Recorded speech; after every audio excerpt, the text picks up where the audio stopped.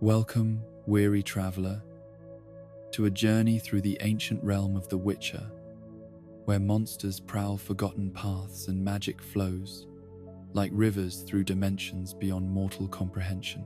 Tonight, we shall explore the complete tapestry of this world, from the earliest civilizations that carved their names in stone to the destiny that binds heroes and sorceresses across the turning of ages. This is a tale of kingdoms risen and fallen, of curses and prophecies, of love that transcends death itself. So settle into comfort, let your breathing slow, and allow these ancient stories to wash over you like moonlight across troubled waters. There is no urgency here, no need to grasp every detail. Simply let yourself drift as we walk together through the mists of time and legend. In the dim twilight of ages so distant that memory itself has forgotten their names, there stretched across the world a landscape both beautiful and terrible, where the very air seemed thick with possibility, and the stones themselves held secrets that would outlive empires. This was the continent before the coming of humans, before the great wars that would reshape the very foundations of reality.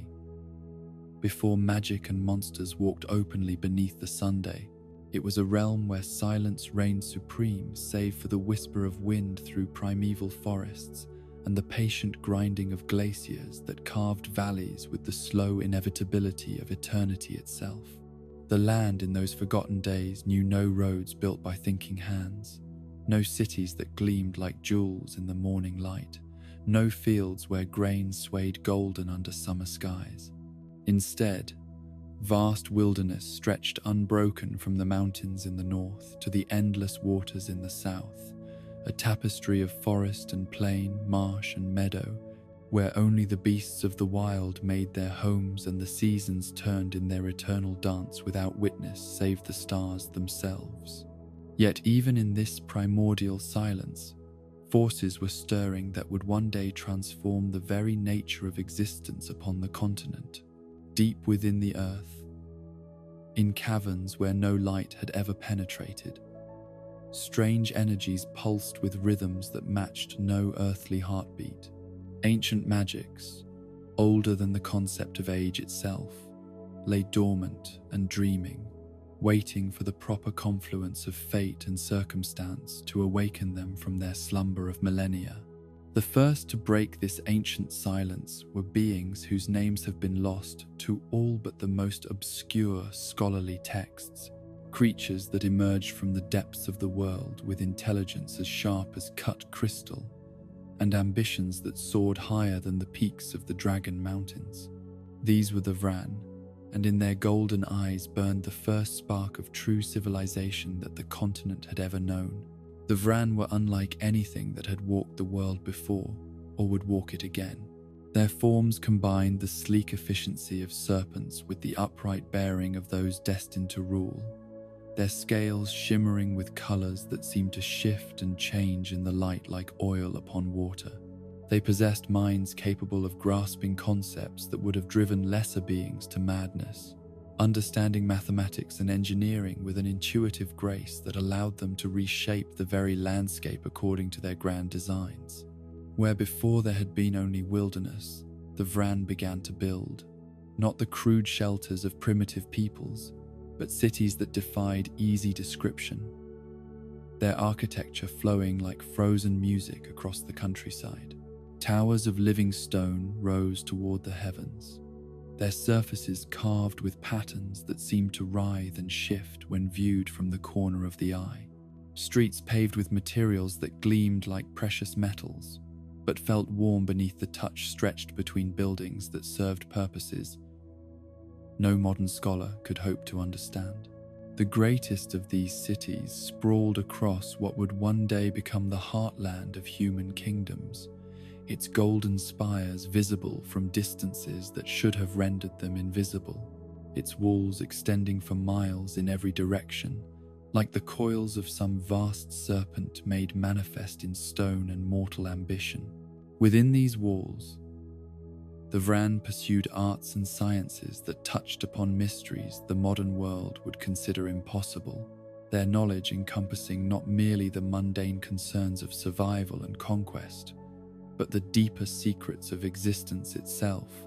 They were masters of metallurgy beyond anything the world would see again for thousands of years, crafting alloys that combined strength with beauty in ways that seemed to violate the natural laws governing such things. Their weapons could cut through stone as easily as a hot knife through butter, while their tools performed tasks with a precision that modern craftsmen would weep to achieve. More importantly, they had unlocked secrets of construction that allowed them to build structures that would endure long after their creators had passed into legend, monuments to their greatness that would puzzle and inspire those who came after. But the Vran were not content merely to build cities and craft beautiful objects. Their roads stretched across the continent like a vast web, connecting their various settlements with highways that cut straight through mountain passes and spanned rivers on bridges that seemed to defy the pull of the earth itself. These roads were not mere paths worn by the passage of feet, but carefully engineered marvels of construction, their surfaces smooth as glass and their foundations driven so deep into the bedrock that even after millennia of abandonment, traces of them could still be found by those who knew where to look.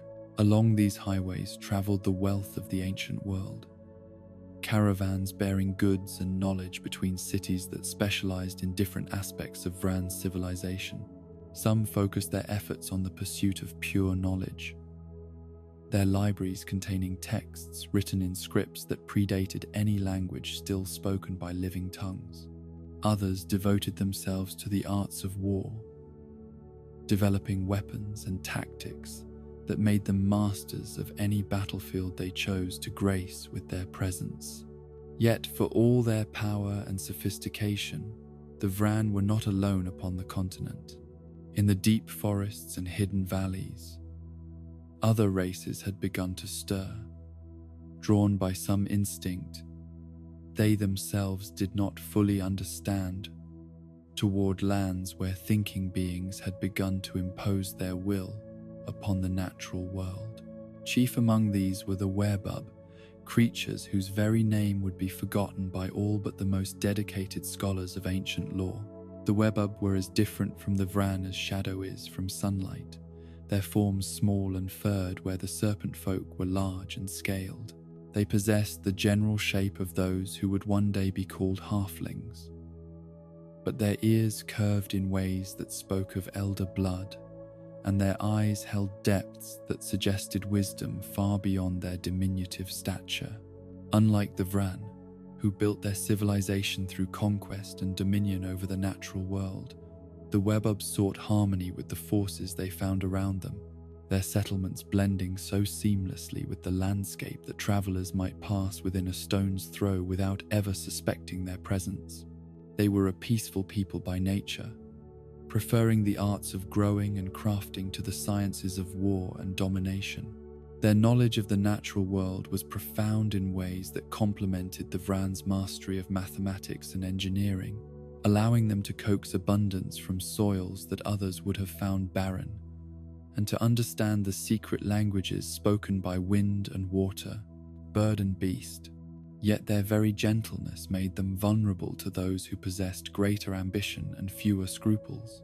The Vran, for all their civilization and learning, were still predators at heart, and they looked upon the werebub with the same calculating gaze that a serpent might direct toward a mouse that had wandered too close to its den. The small folk lived in constant awareness that their continued existence depended entirely upon the whims of their scaled neighbors, a knowledge that colored every aspect of their culture, with undertones of fear and resigned acceptance. This dynamic between predator and prey, between the mighty and the meek, established patterns that would echo through the millennia to come. The Vran ruled not through love or mutual benefit, but through the simple acknowledgement of superior power. Their civilization built upon foundations that required the subjugation of all who might challenge their authority. It was a system that worked well enough while they remained the most powerful force upon the continent, but it contained within itself the seeds of its own eventual destruction. For over a millennium, this strange balance held. The Vran continued to expand their empire, their golden cities growing ever more magnificent, while their roads reached into previously untouched regions of the continent. The Werbub adapted to their role as subjects, finding ways to survive and even thrive within the constraints imposed upon them by their serpentine overlords. Other creatures, less intelligent, but no less important to the ecosystem of the ancient world, learned their own places within the hierarchy that the Vran had established. Yet even as this first great civilization reached the height of its power and glory, forces were stirring in distant corners of the world that would eventually challenge everything the Vran had built. Across treacherous seas and through mountain passes that had never known the tread of civilized feet, other races were beginning their own journeys toward the continent, driven by needs and desires that would not be denied, no matter what obstacles lay in their path. The first hints of change came from the east, where explorers reported strange lights in the sky and sounds echoing through mountain valleys that resembled no voice known to Vran or Werbub alike. These were dismissed at first as the imaginings of scouts who had spent too long in the wilderness. But as the reports continued to arrive with disturbing regularity, even the most skeptical began to wonder what new powers might be stirring in the previously empty regions beyond their borders. The Vran, secure in their superiority and confident in the strength of their golden cities, made the mistake that has befallen every great power throughout history. They assumed that their dominance was eternal and that no force could arise to challenge what they had built. They continued to pursue their arts and sciences, to expand their territories and increase their wealth, without giving serious consideration to the possibility that their age of supremacy might be drawing to a close. But the wheel of fate turns for all beings, and the time of the Vran was already passing, even as they basked in the glory of their achievements. Soon, very soon, in the vast scheme of cosmic time, new peoples would arrive upon the continent with their own ambitions and their own understanding of how the world should be shaped. The age of the serpent folk was ending, though they did not yet know it, and the stage was being set for the next act in the grand drama of civilization that would unfold across the centuries to come. As we drift deeper into these ancient tales, let your mind wander through those golden cities that time has since reduced to ruins and legends. Picture the scaled figures moving through streets that gleamed like precious metals, conducting business and pursuing knowledge in ways that modern minds can barely comprehend. Feel the weight of millennia pressing down upon these memories, transforming history into myth and myth into the stuff of dreams that carry us gently toward the peaceful shores of sleep. When the golden age of the Vran had reached its zenith and their serpentine civilization sprawled across the continent like a living tapestry of ambition made manifest. When their roads connected cities that gleamed like captured starlight, and their knowledge had unlocked secrets that would make modern scholars weep with wonder, there came stirring from realms beyond mortal understanding that would transform the very nature of reality itself. These were not mere wanderers seeking new lands or traders following rumors of distant wealth, but beings whose origins lay in dimensions so far removed from ordinary experience that their very existence challenged the fundamental assumptions upon which the known world had been built. In a realm that existed parallel to the continent, yet separated by barriers thinner than gossamer and stronger than steel, there thrived a civilization that made even the magnificent achievements of the Vran seem like crude scratchings in the dust. This was the homeworld of the Iron Saidi, those beings who would one day be known simply as elves, though such a simple name could never encompass the full scope of their majesty and their tragedy. The elven civilization had achieved heights that defied description in terms that mortal minds could easily grasp. Their cities were not built so much as grown, structures of living crystal and cultivated starlight that pulsed with their own inner radiance and seemed to exist in perfect harmony with forces that governed the deepest mysteries of existence. Their spires reached not merely toward the sky but toward other dimensions entirely. Their foundations sunk not into earth but into the bedrock of reality itself. These were beings who had mastered the art of traveling between worlds as easily as others might walk from room to room within their own homes. Space and time bent to their will like musicians responding to the touch of a master's hand, allowing them to step between dimensions with no more effort than it took to draw breath. They had conquered not merely their own world, but entire clusters of realities, building an empire that spanned multiple universes and connected civilizations across the vast reaches of the cosmic void. Their technology, if such a crude word could be applied to achievements that transcended the boundary between science and art, allowed them to reshape matter at will and bend the flow of time to serve their purposes. They could call forth energy from the spaces between atoms and weave light itself into tools that served functions no single word could adequately describe. Their ships sailed not upon oceans but through the currents that flowed between stars, carrying explorers and traders to markets that existed in dimensions where the very concept of physical matter took forms that would have driven lesser minds to madness. But perhaps most remarkably of all, they had achieved something that eluded even the wisest philosophers of other races.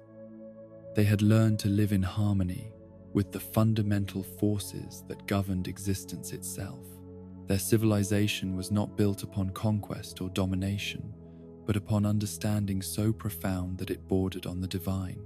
They saw themselves not as masters of the universe, but as its gardeners, tending the growth of reality itself, with the patience of those who measured time not in years or decades, but in the slow turning of cosmic ages. Yet even in this paradise of perfect understanding and unlimited power, the seeds of tragedy had already been sown. For all their wisdom and all their achievements, the elves remained recognizably people, with all the passions and prejudices, the fears and ambitions that characterize thinking beings regardless of their level of development. Different factions within their society had begun to develop different visions of how their power should be used and what their ultimate destiny should be.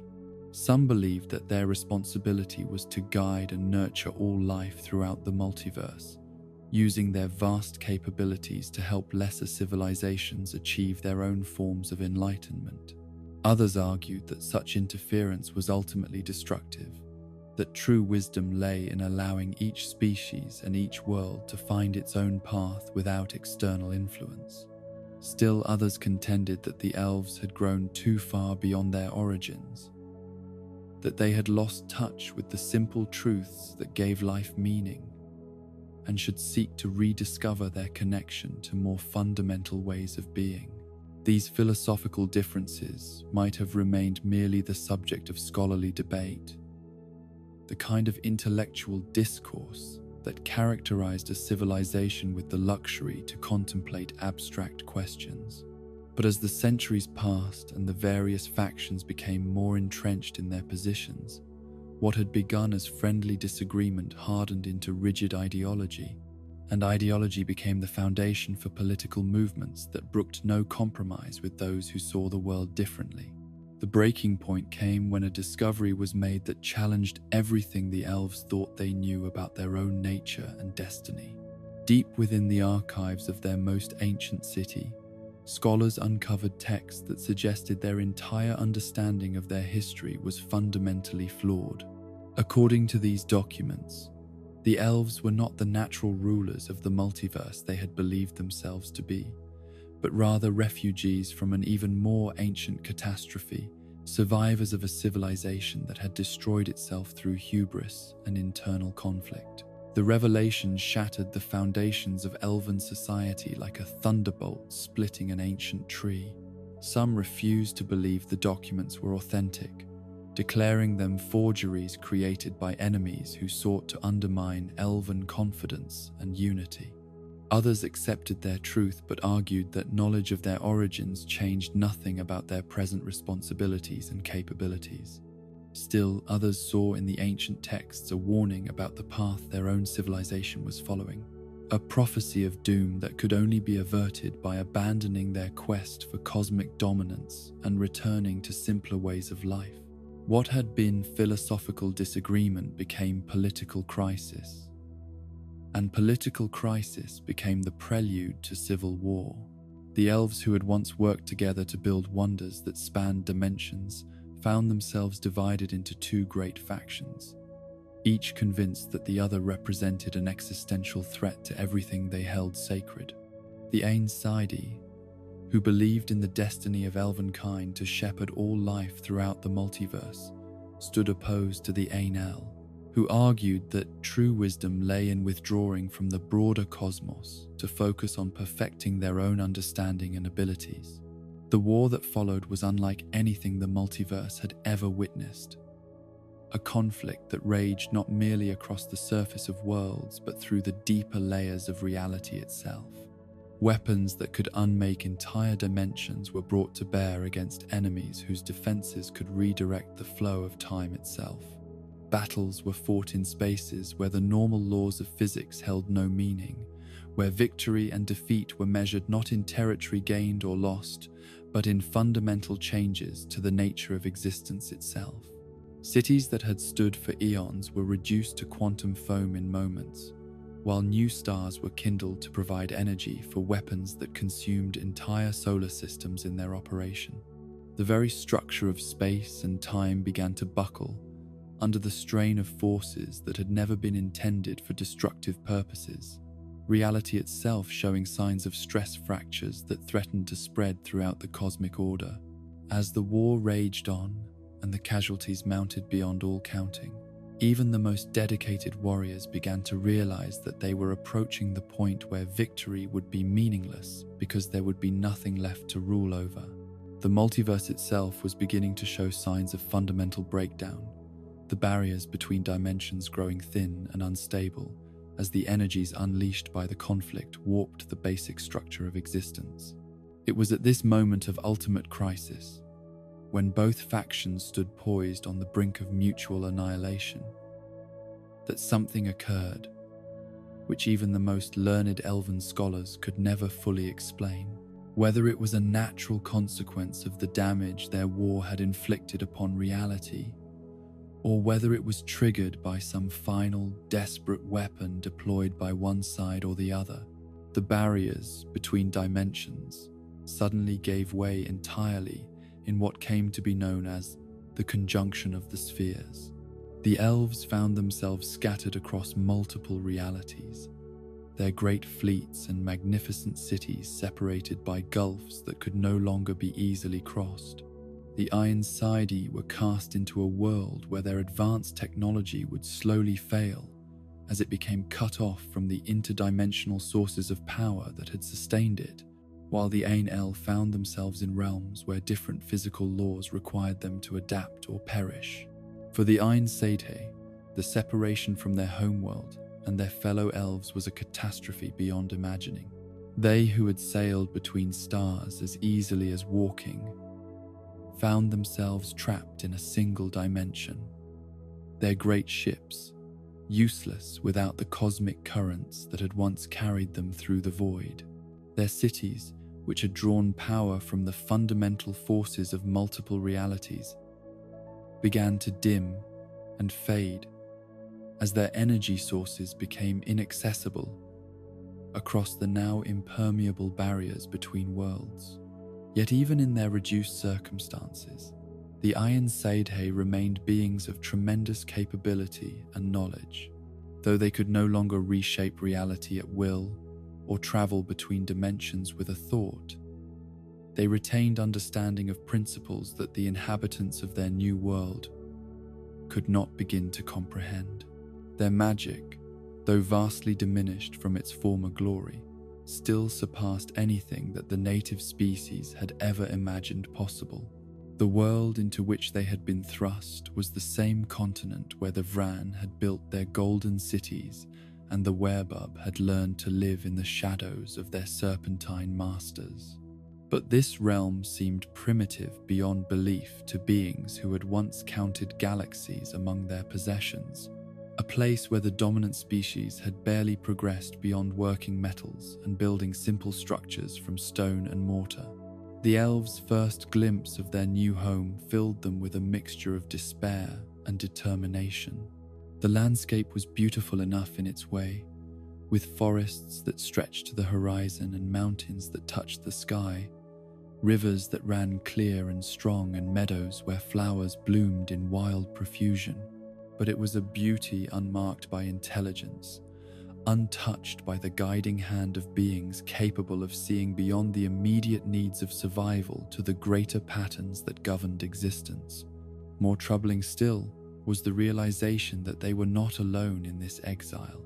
The same cosmic catastrophe that had separated them from their homeworld had also deposited other refugees from other dimensions, creatures and beings whose nature and intentions were completely unknown.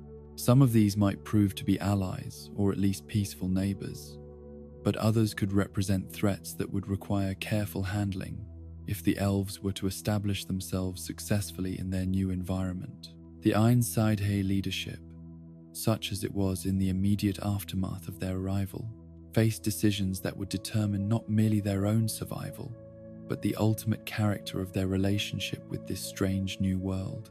They could attempt to blend in with the existing inhabitants, hiding their true nature and capabilities while slowly adapting to local conditions.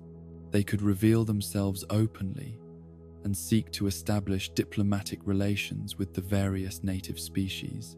Or they could use their superior knowledge and power to carve out a place for themselves by force, imposing their will upon beings too primitive to resist effectively. The choice they made would echo through the centuries to come, shaping not only their own destiny but the fate of every thinking being who called the continent home. And in the end, perhaps inevitably given their history and their nature, they chose the path that seemed most familiar to them.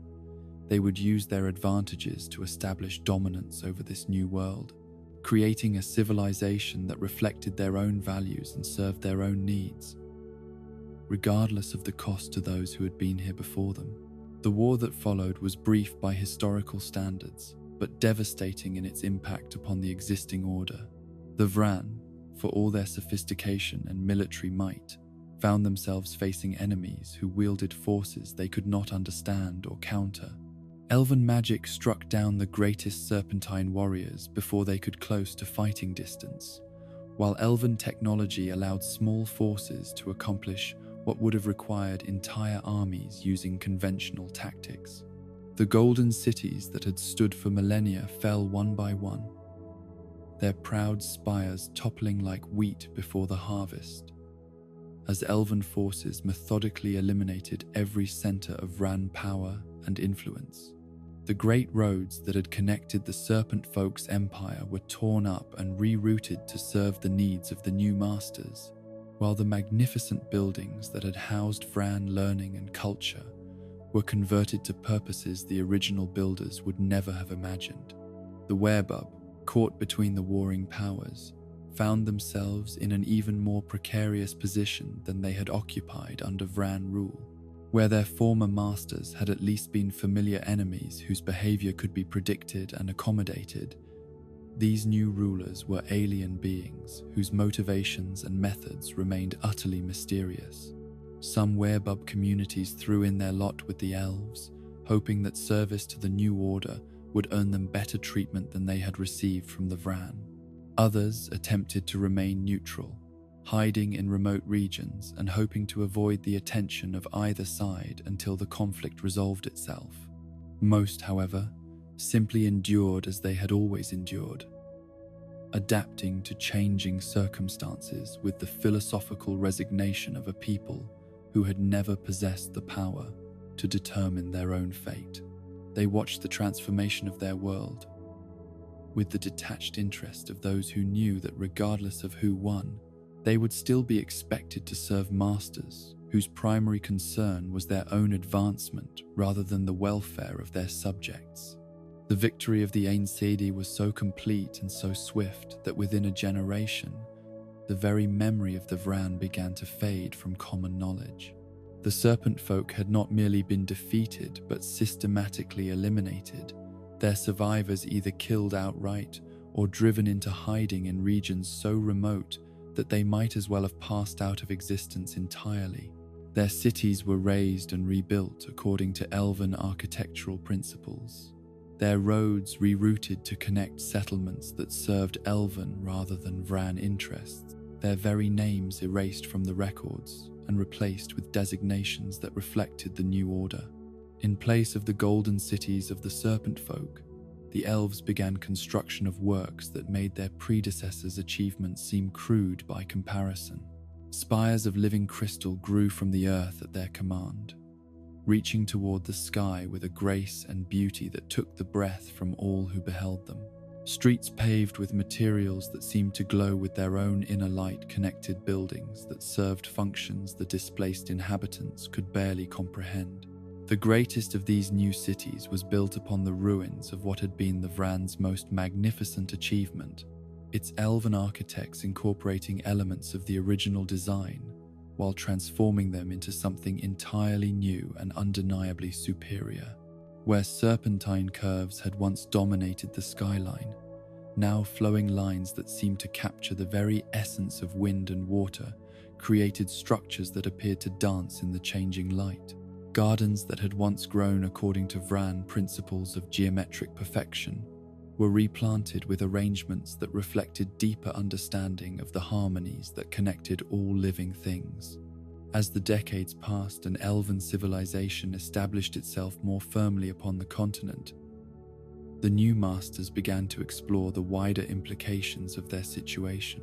Cut off from the sources of power and knowledge that had sustained their previous achievements, they found themselves forced to adapt their technology and their methods to work within the limitations of this single dimension. It was a humbling experience for beings who had once commanded energies that could reshape reality itself. But it was also an opportunity to discover new applications for principles they had previously taken for granted. The magic they developed during this period was unlike anything they had practiced in their original homeland, where their previous abilities had drawn upon the fundamental forces that connected multiple dimensions. Their new techniques were grounded in the elemental powers that governed this single world: earth and air, fire and water, the energies that flowed through all living things and connected every part of the natural order into a unified whole. Yet even these diminished abilities far exceeded anything that the continent's previous inhabitants had ever imagined possible. Elven mages could call forth flames that burned without fuel and create illusions so perfect that they were indistinguishable from reality. They could speak with the voices of wind and storm, command the growth of plants and the behavior of animals, even bend the flow of time itself within limited areas and for brief periods. More importantly, from the perspective of establishing lasting dominance, they proved capable of extending their lifespans far beyond what any native species could achieve. Where humans and Werbub measured their existence in decades, and even the long-lived Vran had rarely exceeded a few centuries, the elves could look forward to millennia of active life, accumulating knowledge and experience across generations that allowed them to plan and execute projects on timescales that their subjects could barely comprehend. This longevity became both their greatest advantage and, ultimately, one of the sources of their eventual downfall. With centuries to perfect their understanding of the world around them, elven scholars and mages achieved levels of expertise that made them seem godlike to shorter-lived species. Their knowledge of medicine, agriculture, engineering, and warfare gave them overwhelming advantages in any competition with native peoples, while their ability to remember events across multiple generations allowed them to learn from mistakes and refine their methods with a patience that no other race could match. But their longevity also bred a kind of arrogance that would prove costly in the centuries to come. Accustomed to thinking in terms of centuries and millennia, many elves began to regard the concerns and ambitions of shorter-lived species as beneath serious consideration. Why worry about the complaints of humans whose entire civilizations rose and fell within the span of a single elven lifetime? Why consider the needs of beings whose perspective was necessarily limited by their brief existence? This attitude might have served them well if they had been content to rule as distant overlords, managing their subjects from afar and intervening only when their own interests were directly threatened. But the elves, perhaps because of their memories of the multiverse-spanning civilization they had lost, were determined to create something worthy of their former glory. They wanted not merely to survive in their new home, but to build a society that would stand as a monument to their capabilities and their vision of what civilization should be. The cities they constructed during the height of their power were marvels that surpassed even the achievements of their dimensional homeland.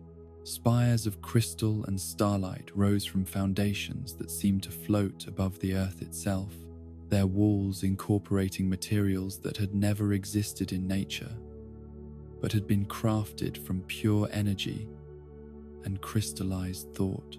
Gardens where flowers bloomed in patterns that told stories spanning centuries connected buildings, whose purposes could only be understood by minds capable of grasping the deeper harmonies that governed all existence. Trade routes established by elven engineers connected settlements across vast distances, their construction incorporating principles that made them almost immune to the ravages of time and weather.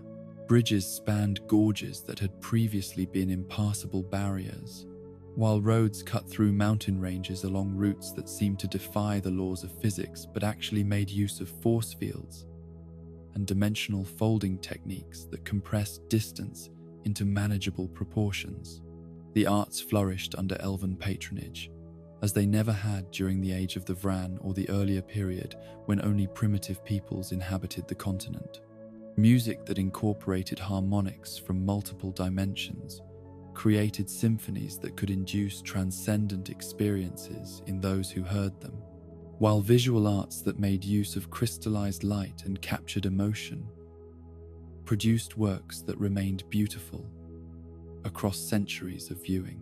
Literature that drew upon the vast stores of elven memory and experience told stories that spanned multiple lifetimes and wove together themes that only beings with near-eternal perspective could fully appreciate.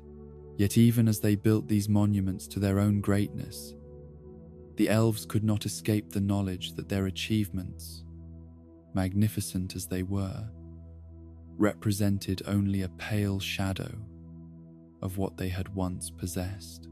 Their greatest scholars spent lifetimes trying to recreate technologies that had once been commonplace, while their most powerful mages struggled to accomplish feats that any apprentice from their homeworld could have performed without conscious thought. This awareness of loss, combined with their natural longevity and the tendency toward melancholy that seemed to afflict all thinking beings who lived long enough to see the patterns that governed existence, began to infuse elven culture with an undercurrent of sadness that would never entirely fade. They were beings in exile, refugees from a paradise they could never hope to reclaim, making the best of circumstances that fell far short of their true desires and capabilities. As the centuries passed and their dominion over the continent became so established that it seemed it would endure forever, the elves began to turn their attention inward, focusing on perfecting their understanding of their new home and their place within it. They delved deep into the study of the natural forces that governed this single dimension, learning to work within its limitations, while still achieving results that seemed magical to less sophisticated observers. But even as they reached new heights of achievement and their civilization flowered like a garden in eternal spring, shadows were gathering on the horizon that would test everything they had built. For the same cosmic catastrophe that had brought the elves to the continent had also deposited other refugees from other dimensions, beings whose nature and intentions remained unknown, but who were beginning to stir in the distant corners of the world. And beyond even these immediate concerns lay a threat that neither elves nor any other thinking beings yet suspected. Somewhere in the vast multiverse, forces were stirring that would soon bring about another conjunction, another breakdown of the barriers between realities that would transform the continent once again and challenge everything that its inhabitants thought they knew about the nature of existence itself. The age of elven dominance had reached its zenith, but like all golden ages, it carried within itself the seeds of its own transformation. The wheel of fate continued to turn, and new chapters in the vast story of the continent were about to begin. In the deep currents of time that flow beneath the surface of recorded history, there exists a moment so profound and transformative that its echoes still reverberate through every corner of existence. A cosmic catastrophe that reshaped not merely the political boundaries of kingdoms or the rise and fall of civilizations, but the very fabric of reality itself. This was the conjunction of the spheres, an event so momentous that it divided the entire history of the known world into two distinct epochs: the time before, when the rules governing existence followed patterns that modern minds can barely comprehend, and the time after, when magic and monsters, dreams and nightmares all became woven into the fundamental structure of the world we know. To understand the true magnitude of what occurred during those fateful moments 1,500 years before the first written records that would eventually chronicle the adventures of witches and sorceresses, kings and beggars, one must first grasp the nature of reality as it existed before the barriers between dimensions grew thin and ultimately shattered like glass struck by lightning. The universe, as the wisest scholars of ancient times understood it, was not a single, unified whole, but rather a vast collection of separate realms, each existing according to its own laws and populated by beings whose very essence was shaped by the unique conditions of their native dimension. These realms, which the learned called spheres in recognition of their self-contained and perfectly balanced nature, floated through the cosmic void like bubbles in an infinite ocean, each one complete unto itself and normally separated from all others by barriers that might as well have been made of adamantine for all the possibility of crossing them without extraordinary knowledge and power. Within each sphere, reality followed its own internal logic, its own patterns of cause and effect, its own understanding of what was possible and what was not. Some spheres were dominated by what could only be described as pure thought, realms where consciousness itself was the fundamental building block of existence, and where beings of living idea pursued conflicts and romances that played out across landscapes made of crystallized emotion and cities built from concentrated memory. Others were governed by elemental forces so primordial that they preceded the very concept of life, dimensions where fire and ice, earth and void, engaged in eternal dances of creation and destruction that spawned wonders and terrors in equal measure. Still others housed civilizations that had evolved along paths so different from anything that would later emerge on the continent, that their very existence challenged every assumption about the nature of intelligence, society, and purpose. There were realms where time flowed backward and effect preceded cause, dimensions where space folded in upon itself in patterns that allowed travelers to reach their destinations before they had departed, universes where the distinction between self and other had never developed, and all consciousness existed as a single, unified mind, experiencing reality from countless different perspectives simultaneously. The sphere that would one day become known as the world of the Witcher had, before the conjunction, been a relatively stable and predictable realm, where the forces of nature followed patterns that could be understood and, to some extent, controlled by beings possessed of sufficient knowledge and determination. Magic, as such, did not exist in any form that would be recognizable to later generations.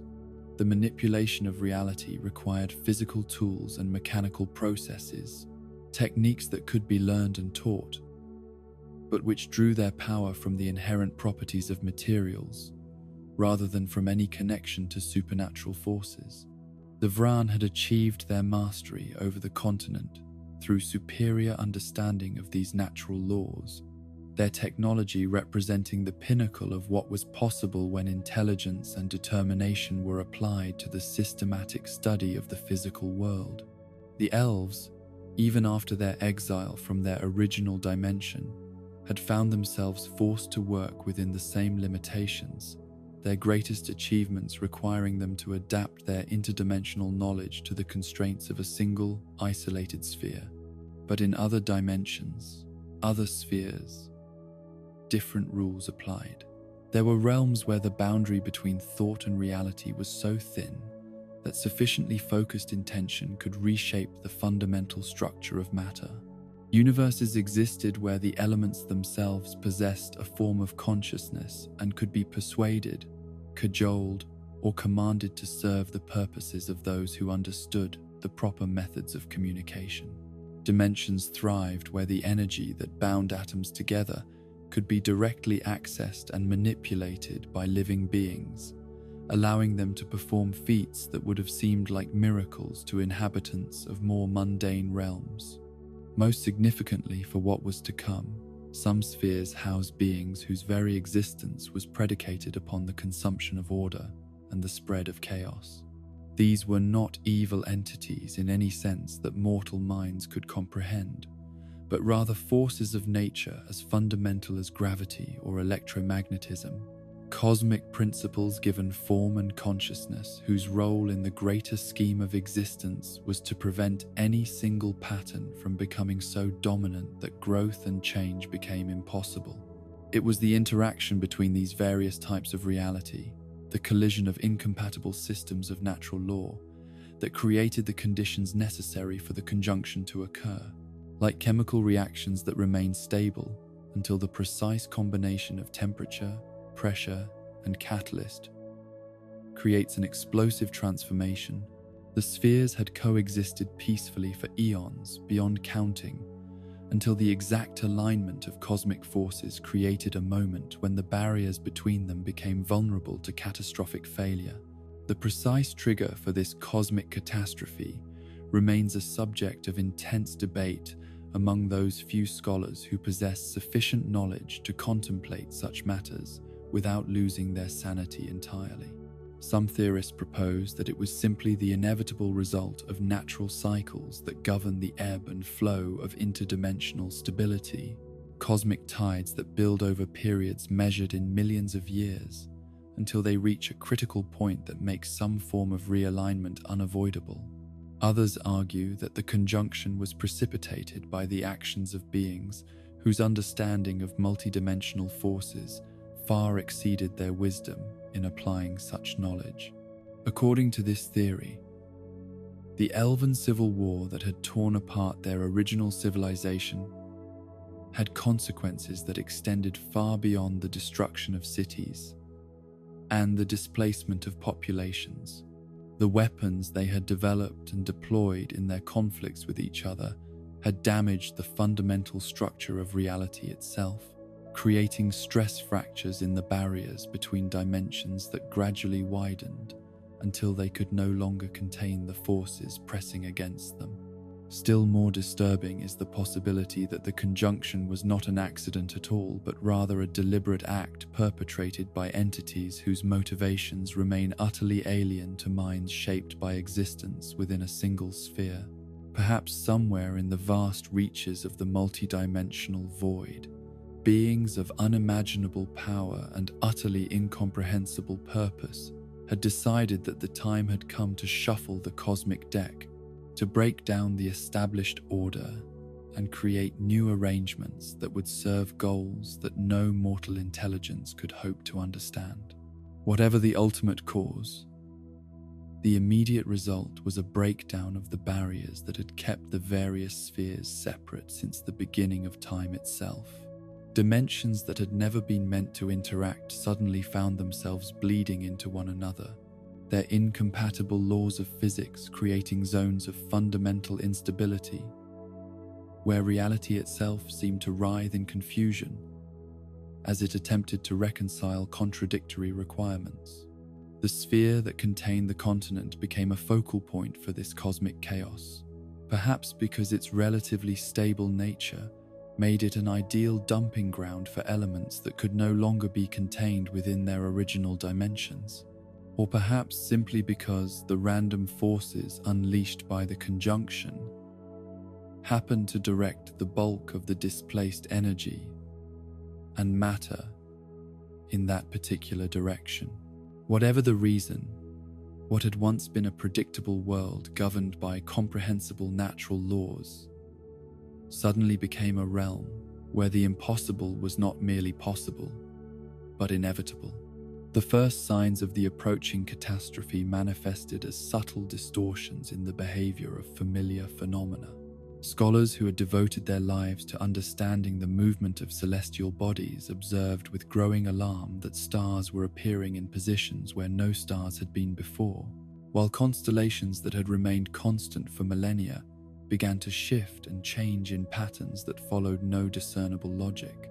Even more disturbing were the reports that began to filter in from remote regions of the continent.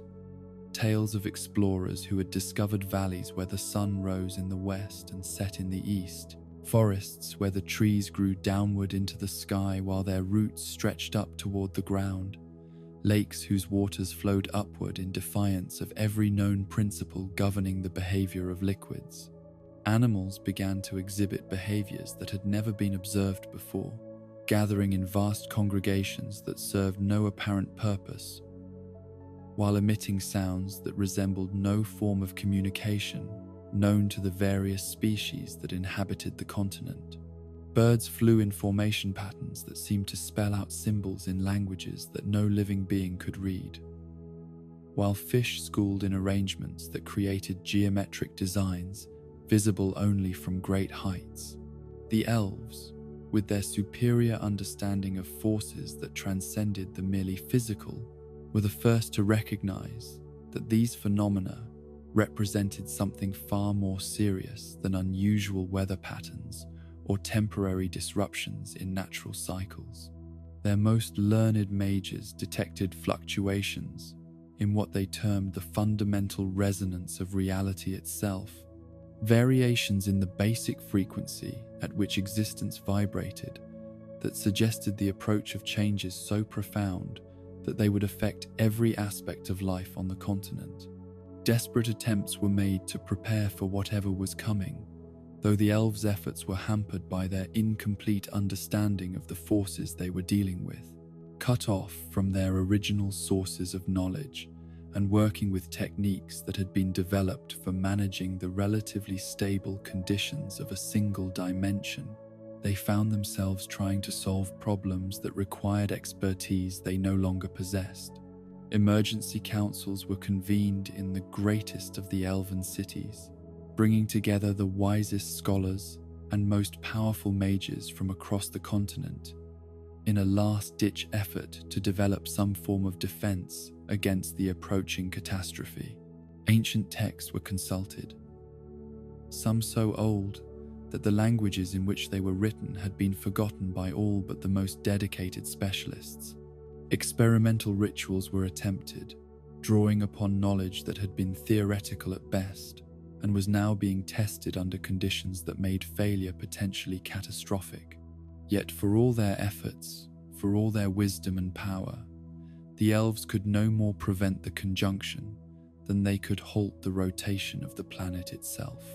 The forces that had been set in motion operated on scales that dwarfed even their considerable capabilities, cosmic energies that treated the mightiest achievements of civilization as easily swept aside obstacles rather than meaningful resistance. When the barriers between dimensions finally collapsed completely, the transformation was both instantaneous and gradual, a paradox that would characterize many aspects of the new reality that emerged from the cosmic chaos. From one perspective, the change occurred in a single moment that lasted no longer than a heartbeat, a brief instant during which the fundamental nature of existence shifted from one state to another as completely as water transforms into steam when heated beyond its boiling point. Yet from another viewpoint, the conjunction was a process that extended across days, weeks, or even months, a gradual bleeding of one reality into another that allowed observers to witness the slow transformation of familiar landscapes into alien territories governed by entirely new sets of natural laws. Time itself became unreliable during this period, flowing at different rates in different locations, and sometimes seeming to reverse direction entirely, making it impossible for later historians to establish any definitive chronology of events. What can be said with certainty is that when the process was complete, the continent had become home to creatures, energies, and phenomena that would have been utterly impossible under the previous cosmic order. The most obvious and immediate change was the arrival of beings from other dimensions, refugees and immigrants whose very existence had been shaped by the unique conditions of their original realms. Humans, perhaps the most adaptable and ultimately successful of the new arrivals, found themselves deposited in a world that was simultaneously alien and familiar, strange enough to challenge every assumption they had developed about the nature of reality, yet hospitable enough to allow them to survive and eventually thrive. These early human populations bore little resemblance to the organized kingdoms that would eventually dominate the political landscape of the continent, consisting instead of scattered tribes and nomadic groups whose primary concerns were finding food, shelter, and safety in an environment that had suddenly become far more dangerous than anything they had previously encountered. But humans were only one of many species that found themselves displaced from their original homes and forced to adapt to radically changed circumstances.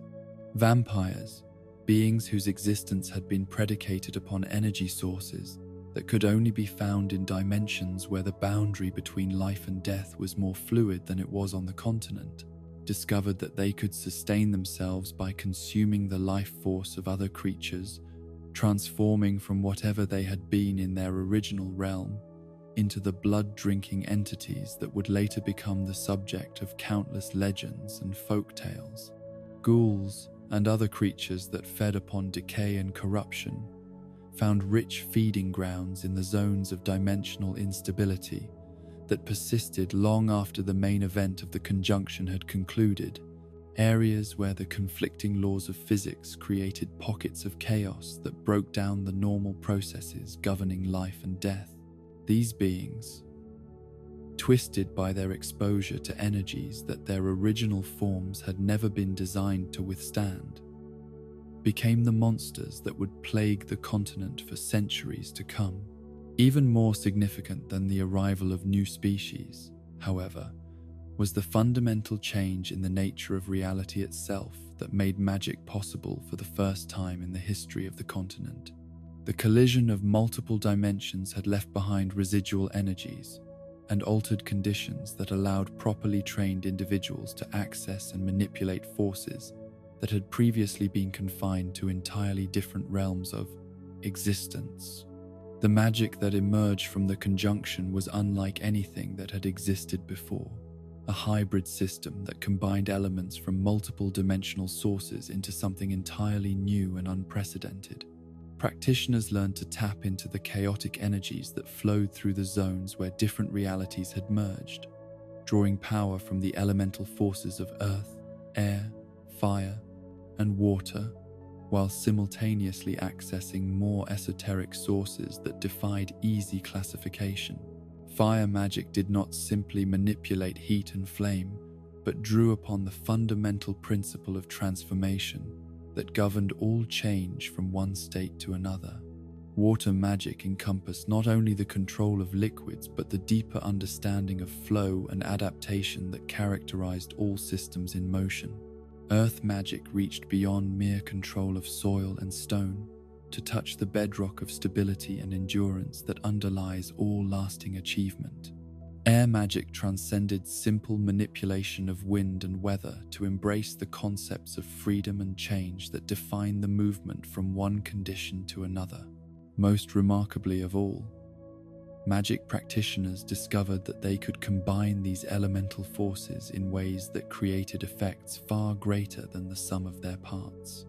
A mage skilled in both fire and earth magic could create volcanic forces that reshaped entire landscapes, while one who mastered air and water could generate storms that lasted for weeks and covered areas the size of entire kingdoms. Yet this newfound power came with costs that were not immediately apparent to those who first began to explore its possibilities. The energies that had been unleashed by the conjunction were inherently chaotic, forces that had never been meant to coexist within a single-dimensional framework, and which retained their tendency toward unpredictability and disorder, even when channeled through the most disciplined practitioners. Extended use of magic began to produce changes in those who wielded it, alterations that went far beyond the simple acquisition of supernatural abilities. Mages found that their lifespans were extended far beyond normal human limits, but at the cost of their fertility, as if the cosmic forces they channeled were fundamentally incompatible with the biological processes that governed reproduction. Their physical appearance began to change as well, their features becoming more refined and ethereal, while their eyes developed the ability to see energies and patterns that were invisible to normal vision. More disturbing still were the psychological effects that seemed to accompany prolonged exposure to magical forces.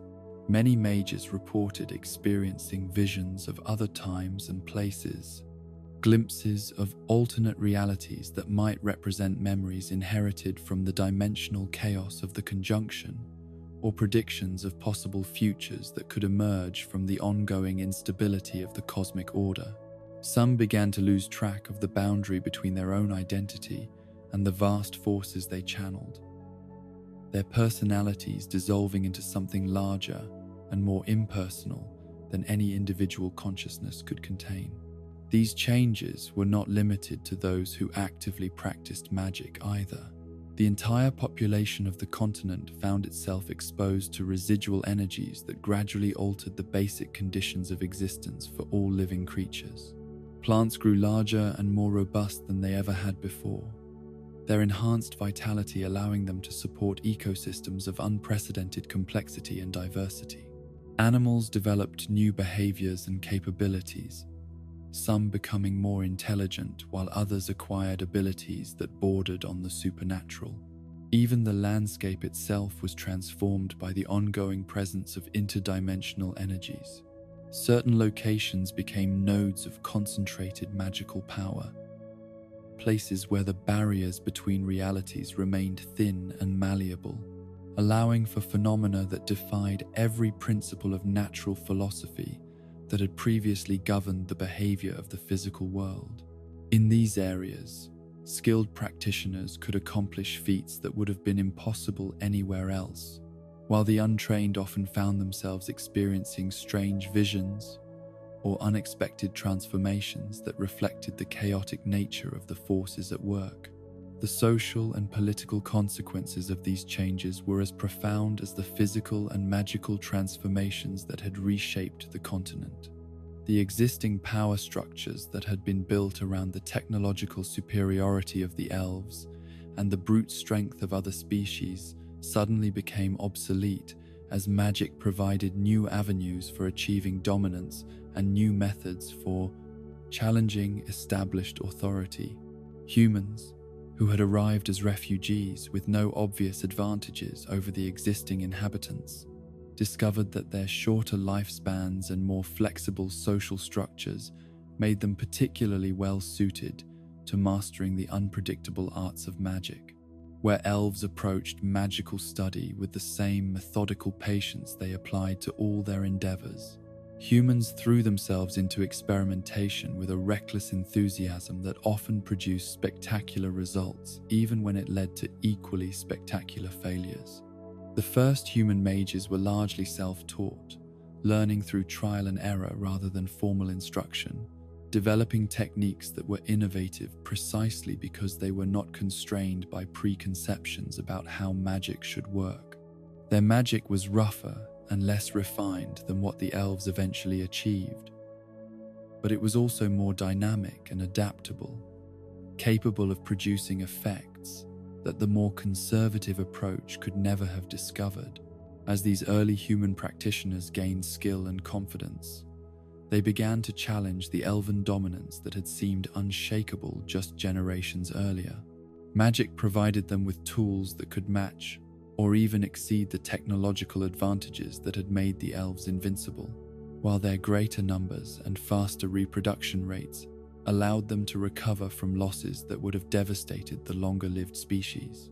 The wars that followed were unlike anything the continent had ever seen. Conflicts where armies supported by mages capable of calling down lightning from the sky clashed with elven forces that wielded weapons forged from crystallized starlight and powered by techniques that had been developed across multiple dimensions. Battles were decided not by superior tactics or better equipment, but by the relative skill of the magical practitioners each side could bring to bear, creating a form of warfare where individual ability could determine the outcome of conflicts involving thousands of combatants. Yet even as these immediate and obvious changes transformed the political and social landscape of the continent, subtler alterations continued to work their way through every aspect of existence. The very concept of destiny became more fluid and malleable as the chaotic energies left behind by the conjunction created conditions where individual will and cosmic purpose could interact in ways that had previously been impossible. Some individuals found themselves drawn into patterns of fate that seemed to transcend their personal desires and ambitions, becoming actors in dramas whose scope and significance they could barely comprehend. Others discovered that they possessed the ability to reshape the flow of events around them, bending probability itself to serve their needs through applications of magical force that operated on levels deeper than conscious thought. The conjunction had not merely brought new species and new abilities to the continent. It had fundamentally altered the relationship between cause and effect, making it possible for sufficiently skilled practitioners to influence outcomes that should have been determined by forces far beyond individual control. Prophecy and divination became practical arts rather than mere superstition, while the concept of unchangeable destiny gave way to a more complex understanding of fate as something that could be negotiated with rather than simply accepted. As the centuries passed and the immediate chaos of the post-conjunction period gradually settled into new patterns of stability, scholars and historians began to develop theories about what the event had ultimately meant and what its long-term consequences might be. Some argued that the conjunction represented a natural evolutionary step, a necessary transformation that had elevated the continent from a relatively simple and predictable realm into something far more complex and interesting. Others maintained that it had been a cosmic disaster, a catastrophic breakdown of natural order that had introduced dangerous instabilities into what had previously been a well-functioning system. According to this view, the magic and monsters that had emerged from the dimensional chaos were symptoms of an ongoing disease that would eventually consume the entire world unless some way could be found to reverse, or at least contain the damage that had been done. Still, others proposed that the conjunction was neither wholly beneficial nor entirely destructive, but rather a neutral event whose ultimate significance would depend upon how the various species and civilizations of the continent chose to respond to the opportunities and challenges it had created. From this perspective, the arrival of humans and the emergence of magic represented potential that could be used for either construction or destruction, depending upon the wisdom and restraint of those who wielded these new capabilities. But perhaps the most unsettling theory of all suggested that the conjunction of the spheres was not a unique event, but rather part of a cyclical pattern, a recurring phenomenon that periodically reshaped reality according to principles that operated on timescales so vast that individual species and civilizations could exist for millennia without ever witnessing more than a single iteration of the cosmic cycle. If this theory was correct, then everything that had been built since the conjunction was merely a temporary arrangement, destined to be swept away when the cosmic forces that governed interdimensional stability reached another critical point and triggered another transformation of reality. As we contemplate these vast forces and cosmic transformations, let your mind drift like a boat upon an ocean of infinite possibility, where dimensions blend and reality bends to accommodate wonders that exceed the boundaries of ordinary imagination. Rest in the knowledge that even the most fundamental changes, the most earth-shattering transformations, eventually settle into new patterns of peace and stability, creating conditions where new forms of beauty and meaning can take root and flourish in the fertile soil left behind by cosmic chaos. In the centuries that followed the great conjunction of the spheres, when the chaotic energies had begun to settle into new patterns and the impossible had gradually transformed into the merely improbable, there arose upon the continent a new form of conflict that would define the character of civilization for ages to come.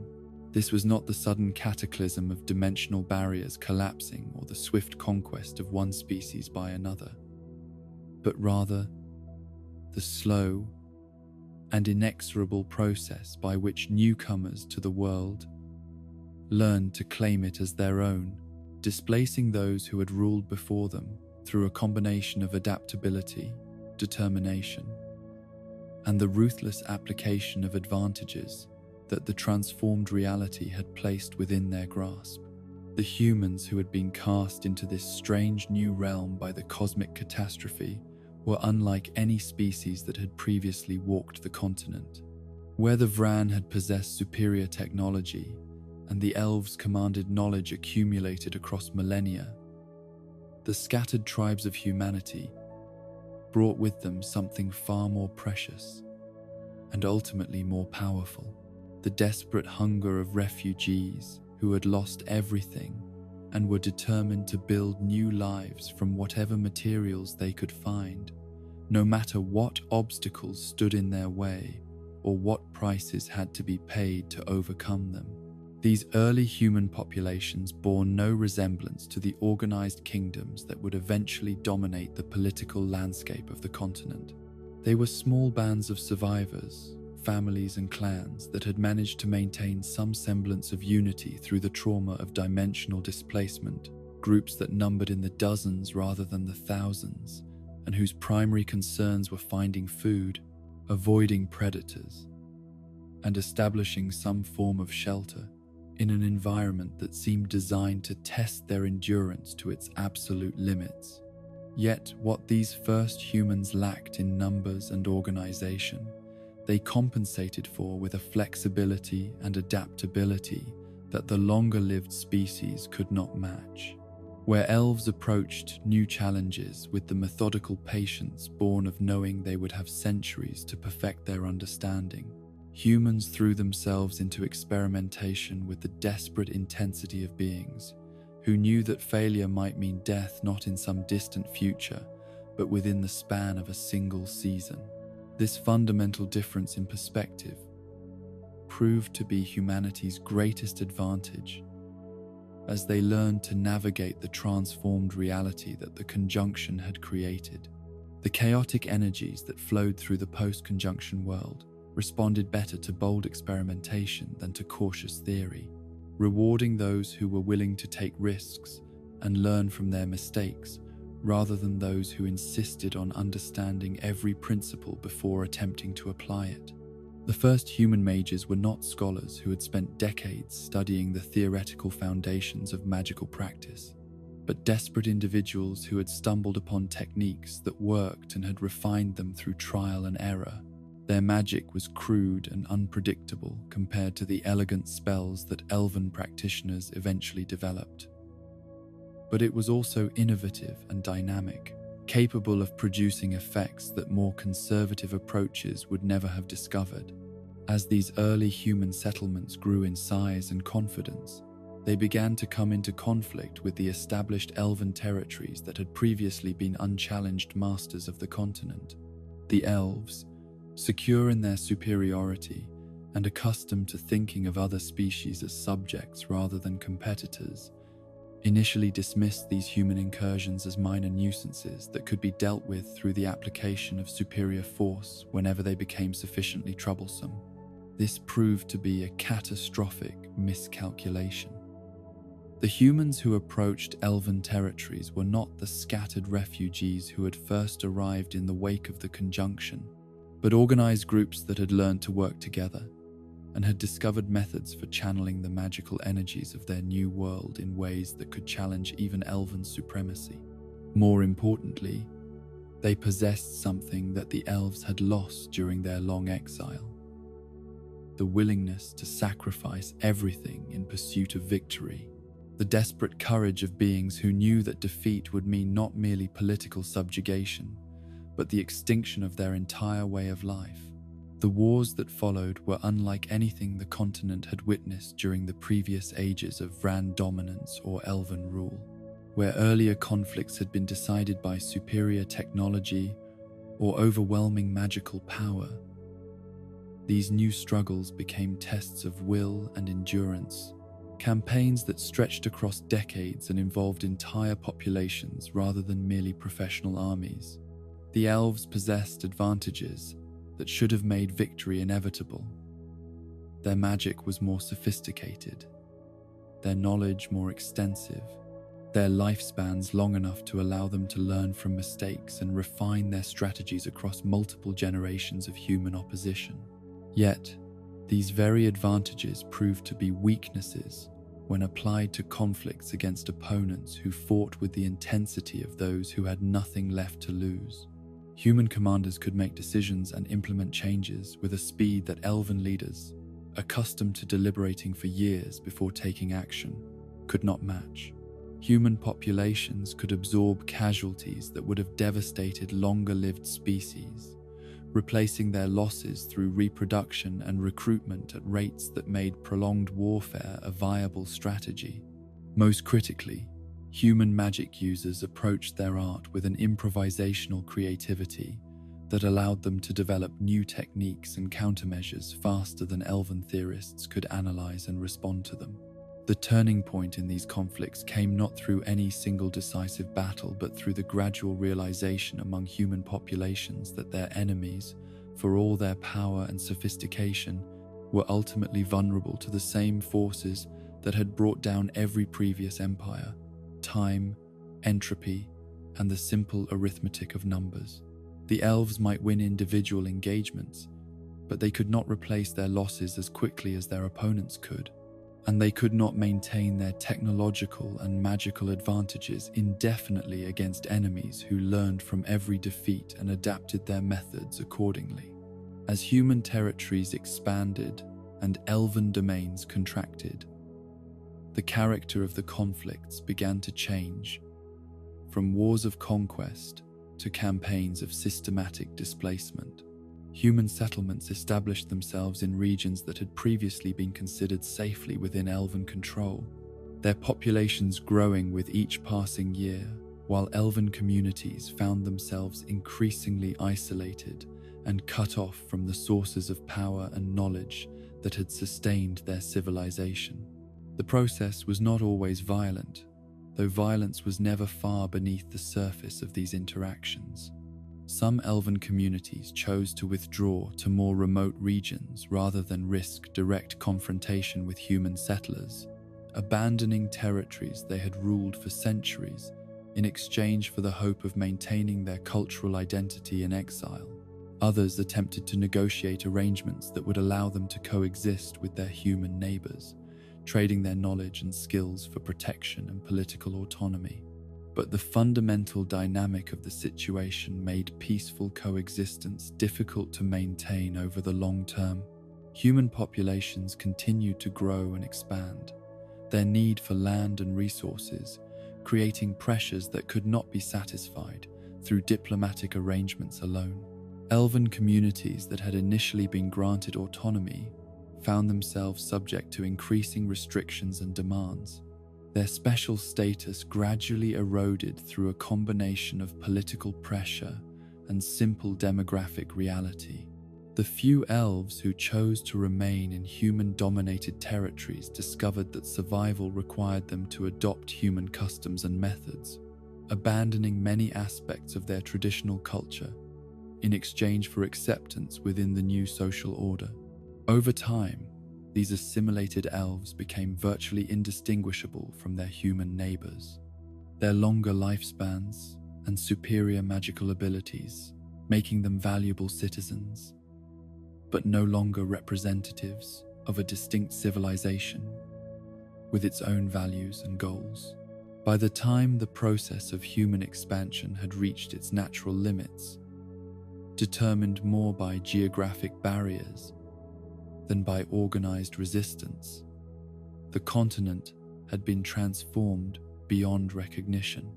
Where once elven cities had gleamed like jewels set in landscapes that reflected the aesthetic sensibilities of beings who measured beauty in terms of harmony and perfection, now human settlements sprawled across the countryside in patterns that prioritized utility and growth over elegance and permanence. The new human kingdoms that emerged from this period of expansion and consolidation bore the characteristics that would define the political structure of the continent for centuries to come. Unlike the elven domains that had been organized around the principle of enlightened rule by beings possessed of superior wisdom and knowledge, these human polities were built upon foundations of mutual benefit and shared struggle. Their legitimacy derived from their ability to provide security and prosperity for populations that had learned to expect both opportunity and danger from their environment. The greatest of these new kingdoms established itself in the regions that had once been the heartland of elven civilization, its founders choosing to build their capital upon the ruins of the most magnificent elven city, rather than seeking to create something entirely new. This decision was both practical and symbolic. Practical because the existing infrastructure and magical enhancements could be adapted to serve human needs, and symbolic because it announced to the world that humanity had not merely conquered elven territory, but had inherited their role as the dominant force shaping the destiny of the continent. This kingdom, which would eventually be known as Temeria, became the model for human political organization. Its structure, combining elements borrowed from elven administrative methods with innovations that reflected human values and priorities. Where elven rule had been based upon the assumption that those possessed of superior knowledge and ability had both the right and the responsibility to make decisions for those less capable, Temerian governance operated upon the principle that legitimate authority derived from the consent of the governed and the demonstrated ability to advance their collective interests. The military forces that protected these new human domains reflected the same fusion of borrowed techniques and indigenous innovation that characterized every aspect of human civilization during this period. Human armies incorporated weapons and tactics that had been developed by elven war mages, but they adapted these methods to work with the shorter training periods and higher casualty rates that characterized human military service. The result was a form of warfare that was less sophisticated than elven military art, but more flexible and sustainable over the long term. More importantly, human military commanders learned to integrate magical and conventional forces in ways that maximized the strengths of both while compensating for their respective weaknesses.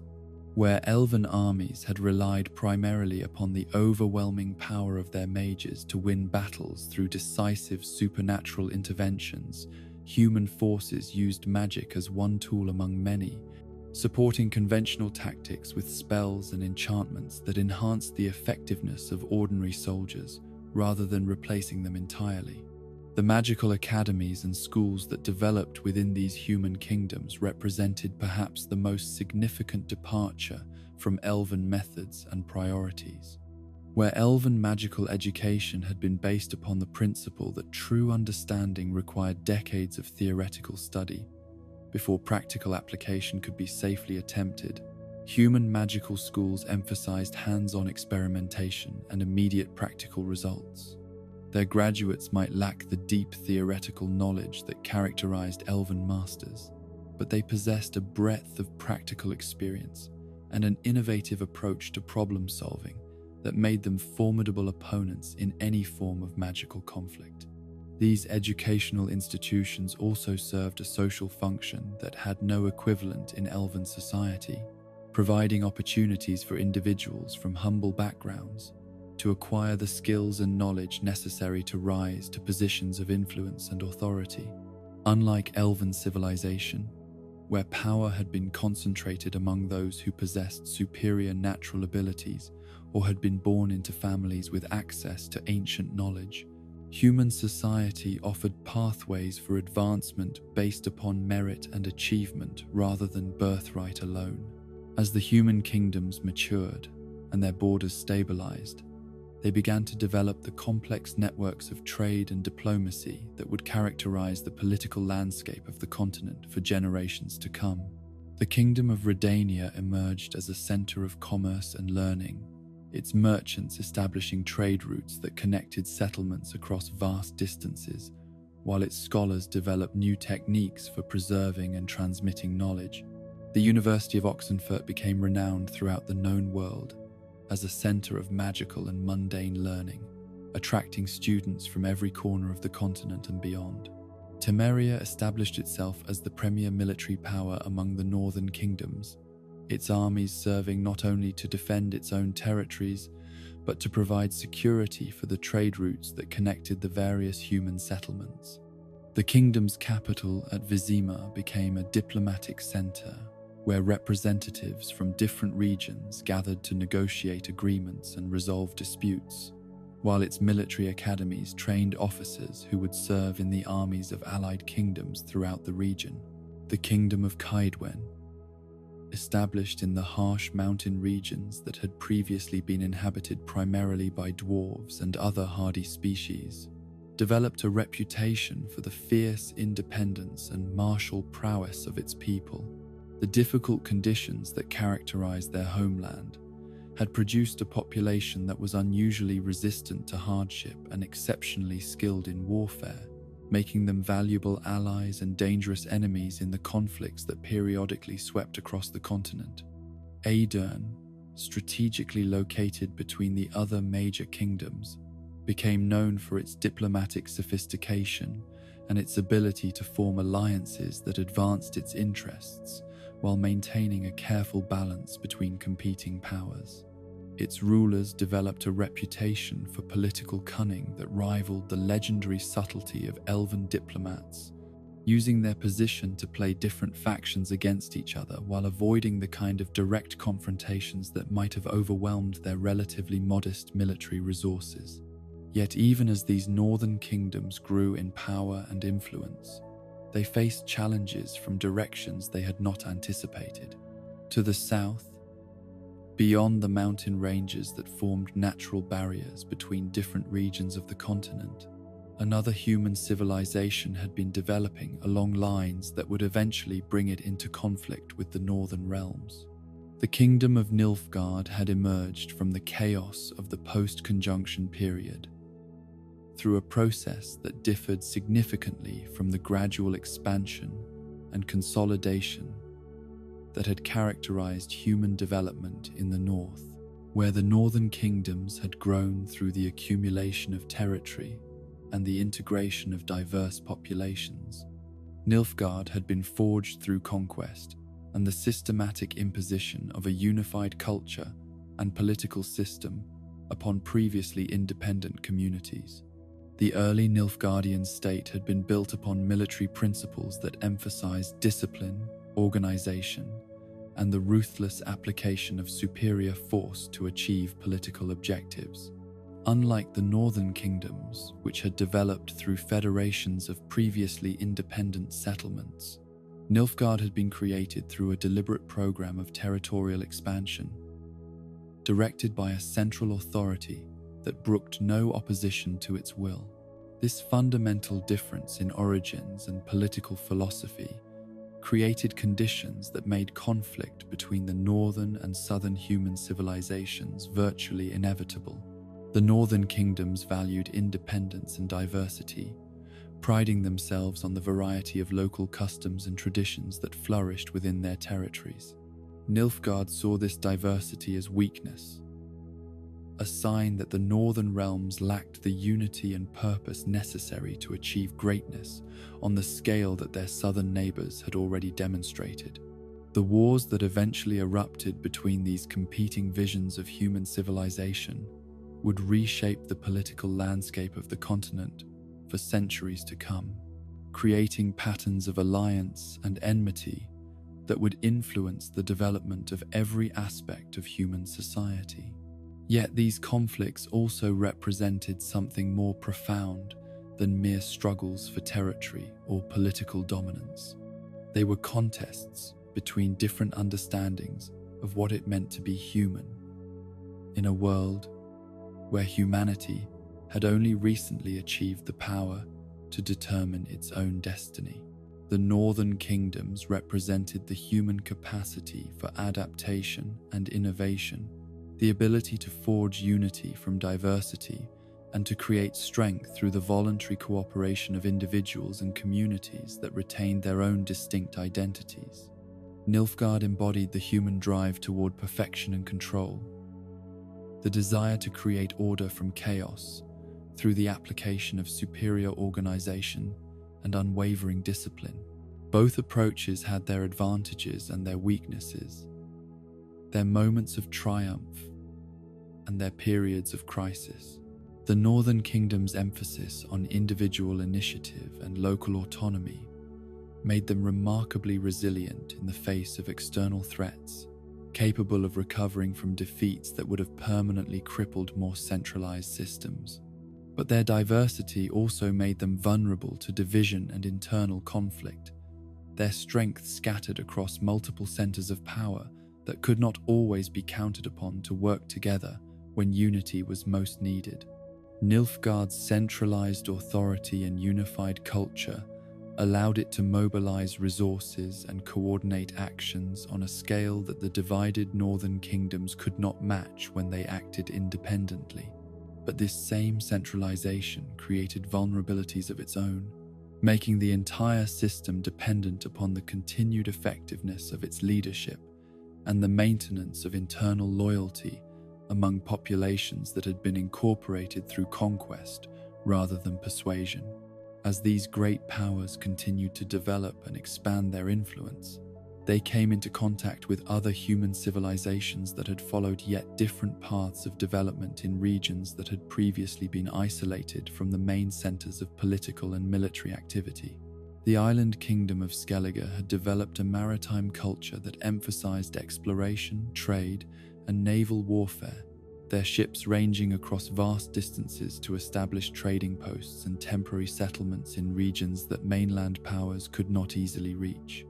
The Skellige approach to human organization represented a third model that differed from both the federalism of the northern kingdoms and the centralization of Nilfgaard.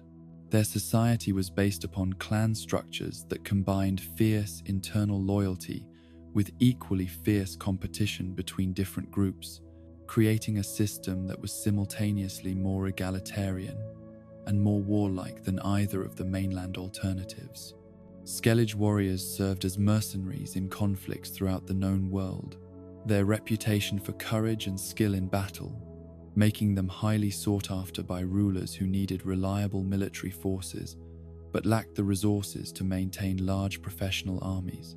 At the same time, Skellige merchants established trading networks that connected distant regions and different cultures, their ships carrying goods and information across distances that would have been impossible to traverse by land. Yet for all the diversity of human political and social organization that had emerged in the centuries following the conjunction, certain common patterns could be observed across all of these different civilizations. Human societies had proven remarkably adept at incorporating elements from other cultures and species, adapting techniques and knowledge that had been developed by elves, dwarves, and other non-human peoples to serve distinctly human purposes. This capacity for cultural synthesis had produced innovations and achievements that none of the previous rulers of the continent had been able to accomplish. Human magic had evolved beyond its crude beginnings to incorporate the theoretical sophistication of elven spellcasting with the practical flexibility that characterized human approaches to problem solving. Human military science had combined elven tactical principles with dwarven engineering and human organizational methods to create armed forces that were more effective than any that had previously existed. Most significantly, human political systems had learned to balance the competing demands of unity and diversity, creating institutions that could provide the coordination and leadership necessary for large-scale projects, while still allowing for the local autonomy and individual initiative that fostered innovation and adaptation. The result was a form of civilization that was more dynamic and resilient than anything the continent had previously known, capable of responding to new challenges and opportunities with a speed and effectiveness that longer-lived species could not match. Yet even as human civilization reached new heights of achievement and influence, the shadows of future conflicts were already beginning to gather on the horizon. The expansion of human power had displaced not only elves, but also other species that had previously called the continent home, creating populations of refugees and exiles whose resentment and desperation would eventually find expression in violence and revenge. The magic that humans had mastered so successfully was also attracting the attention of entities and forces from other dimensions, beings whose interest in the transformed reality of the continent could not be assumed to be benevolent. The same cosmic instabilities that had made human magical achievements possible had also created vulnerabilities that could be exploited by powers whose motivations and capabilities remained utterly alien to human understanding. As we contemplate these vast movements of peoples and the rise and fall of civilizations, let your thoughts drift like leaves upon the currents of time, carried along by forces too great for any individual to control, yet shaped by the countless small choices that define the character of ages. Rest in the knowledge that even the mightiest empires are built from the dreams and struggles of ordinary people, and that every ending becomes the foundation for new beginnings that stretch beyond the horizons of present imagination. When the great conjunction of the spheres had torn asunder the barriers between worlds and cast creatures from countless dimensions into the single reality of the continent, it brought forth not merely new races and magical energies, but an entire menagerie of beings whose very existence challenged every assumption that thinking minds had developed about the nature of life, death, and the boundaries that separated one from the other. These were the monsters that would haunt the nightmares of generations yet unborn, creatures whose forms and appetites had been shaped by realities so alien that their presence in the world seemed like violations of some fundamental cosmic law. Yet to call them simply monsters would be to misunderstand their true nature and the role they came to play in the transformed ecosystem of the post-conjunction world.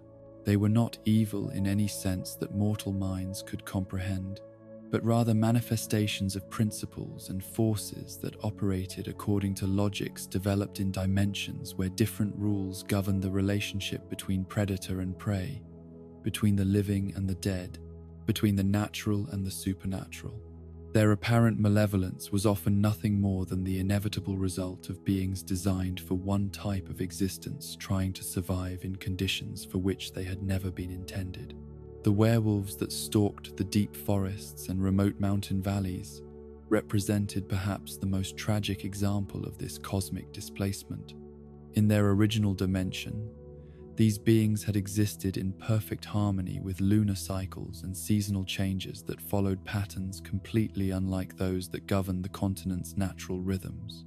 The transformation that defined their existence had been a blessing in their home reality, a gift that allowed them to adapt to changing conditions and serve roles that required both human intelligence and bestial strength.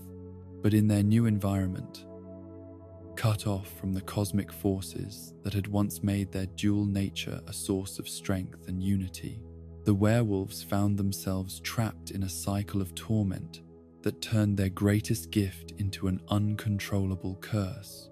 The lunar influences that triggered their transformations no longer followed the predictable patterns they had evolved to work with, while the magical energies that should have eased the transition between their human and wolf forms were contaminated by chaotic forces that made each change an agony of confusion and rage. The result was beings who lived in constant conflict with their own nature, human minds trapped within bestial forms that hungered for things their civilized consciousness found abhorrent, animal instincts driving them to acts that their human intelligence knew would bring only suffering and isolation. They became outcasts from both human and animal communities, too dangerous to be accepted by either, yet too fundamentally changed to exist without some form of social connection.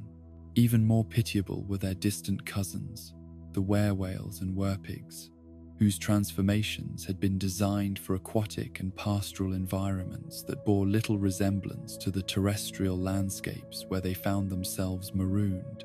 The werewhales, gentle giants whose whale forms had once allowed them to traverse vast oceanic depths in dimensions where water possessed properties that made such journeys spiritually enriching rather than merely physical, now found themselves struggling to adapt to shallow inland waterways that could barely support their transformed bulk.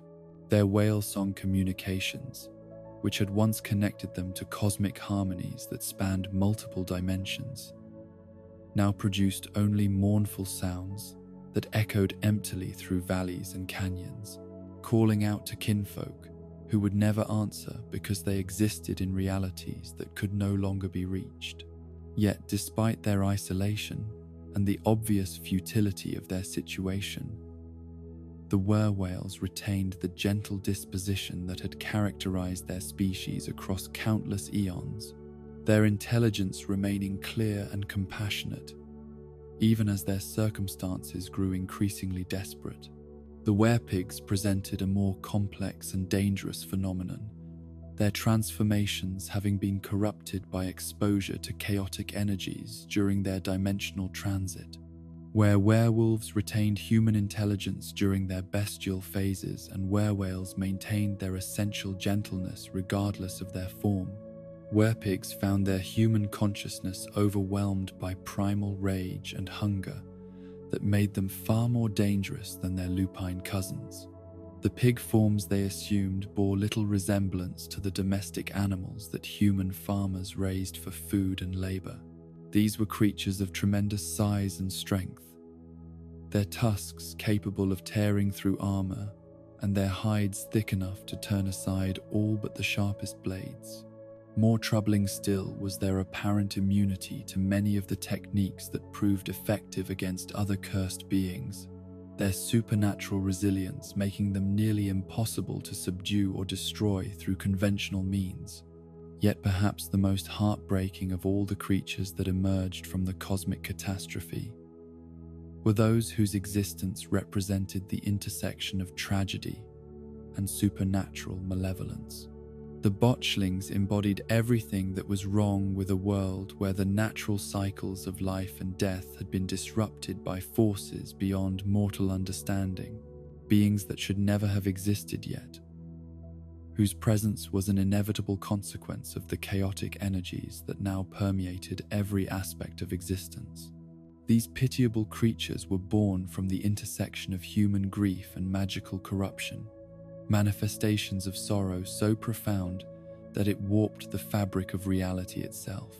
When infants died before they could be properly welcomed into the world, when they were lost to stillbirth or rejected by parents who lacked the resources or will to care for them, the magical energies that now flowed through the continent could transform these tragedies into something far worse than simple death.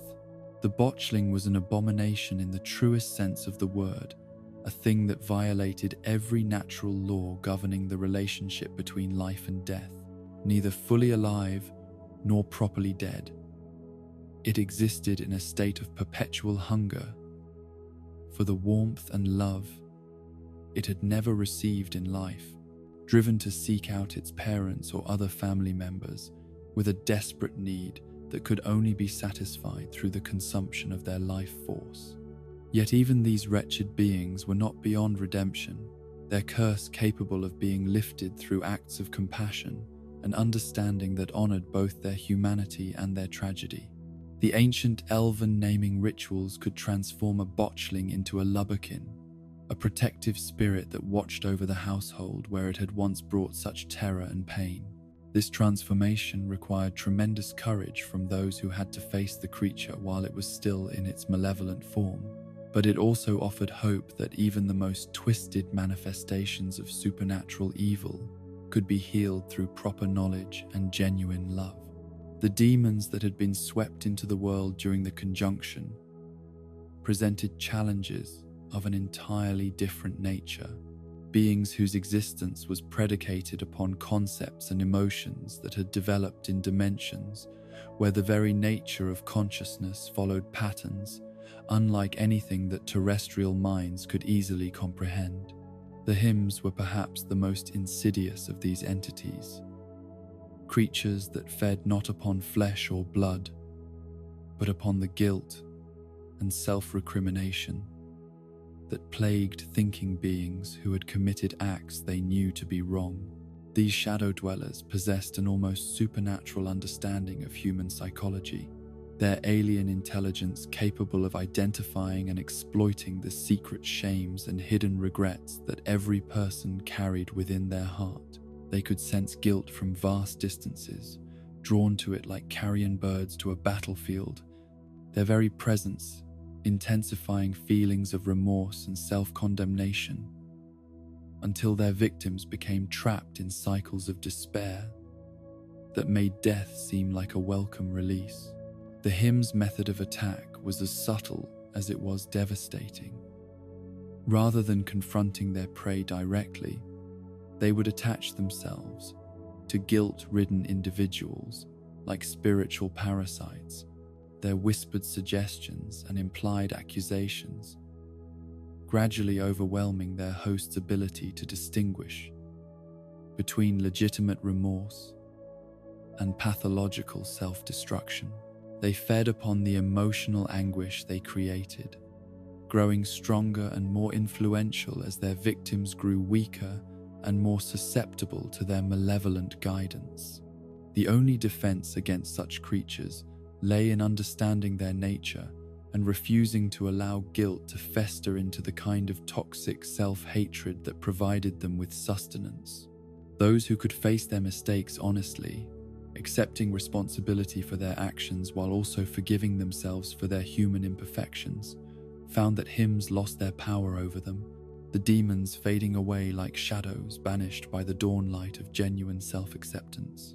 Far more straightforward in their malevolence were the vampires that had been displaced from dimensions where the boundary between life and death was more fluid than it was on the continent.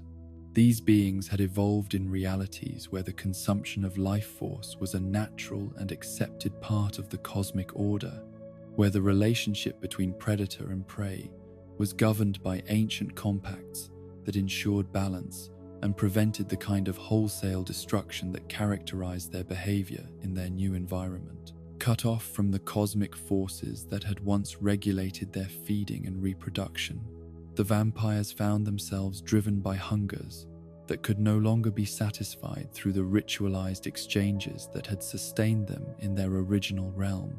They became true parasites, creatures that could only maintain their existence by draining the life from beings that had never agreed to serve as their sustenance and who received nothing in return for their sacrifice. The higher vampires represented the most dangerous extreme of this displacement, beings whose power and intelligence had been magnified by exposure to the chaotic energies that permeated the post-conjunction world. The Brusae, with their ability to assume the forms of beautiful young women, became master predators that could infiltrate human communities and select their victims with the calculating precision of hunters who understood their prey's weaknesses better than the prey understood themselves. Their true forms, revealed only when they were feeding or threatened, were nightmarish amalgamations of human beauty and bestial hunger. Creatures whose razor-sharp claws and fangs were matched by wings that could carry them through the night sky with the silent grace of hunting owls. They possessed the ability to manipulate dreams and desires, weaving illusions that made their victims eager to cooperate in their own destruction, approaching death with the willing compliance of lovers keeping romantic assignations. Yet even these sophisticated predators paled in comparison to the ancient vampires, whose age and power had elevated them beyond the need for such crude deceptions. These elder beings had learned to feed upon entire communities without their victims ever becoming aware of what was happening to them, their influence extending through webs of subtle manipulation that could span generations. They became the secret rulers of regions where humans believed themselves to be free, their invisible hands guiding the development of societies that unknowingly served their needs. The most alien of all the creatures that emerged from the dimensional chaos were those whose very existence challenged the fundamental categories that thinking beings use to understand the world around them. The Zeugl represented the extreme end of this spectrum, beings that had evolved in realities where the distinction between individual and collective consciousness had never developed, where what appeared to be a single creature was actually a colony organism, composed of countless smaller entities working together toward common goals.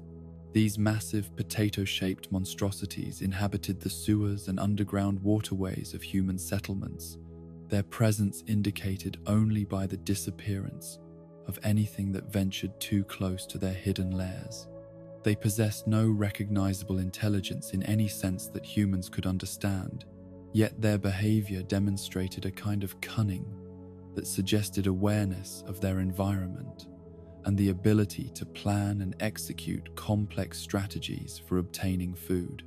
The Zeugl's body was a living trap, its surface covered with tentacles that could extend far beyond what its apparent size should have allowed, reaching through drainage systems and abandoned tunnels to snatch prey from locations that seemed safely distant from any threat.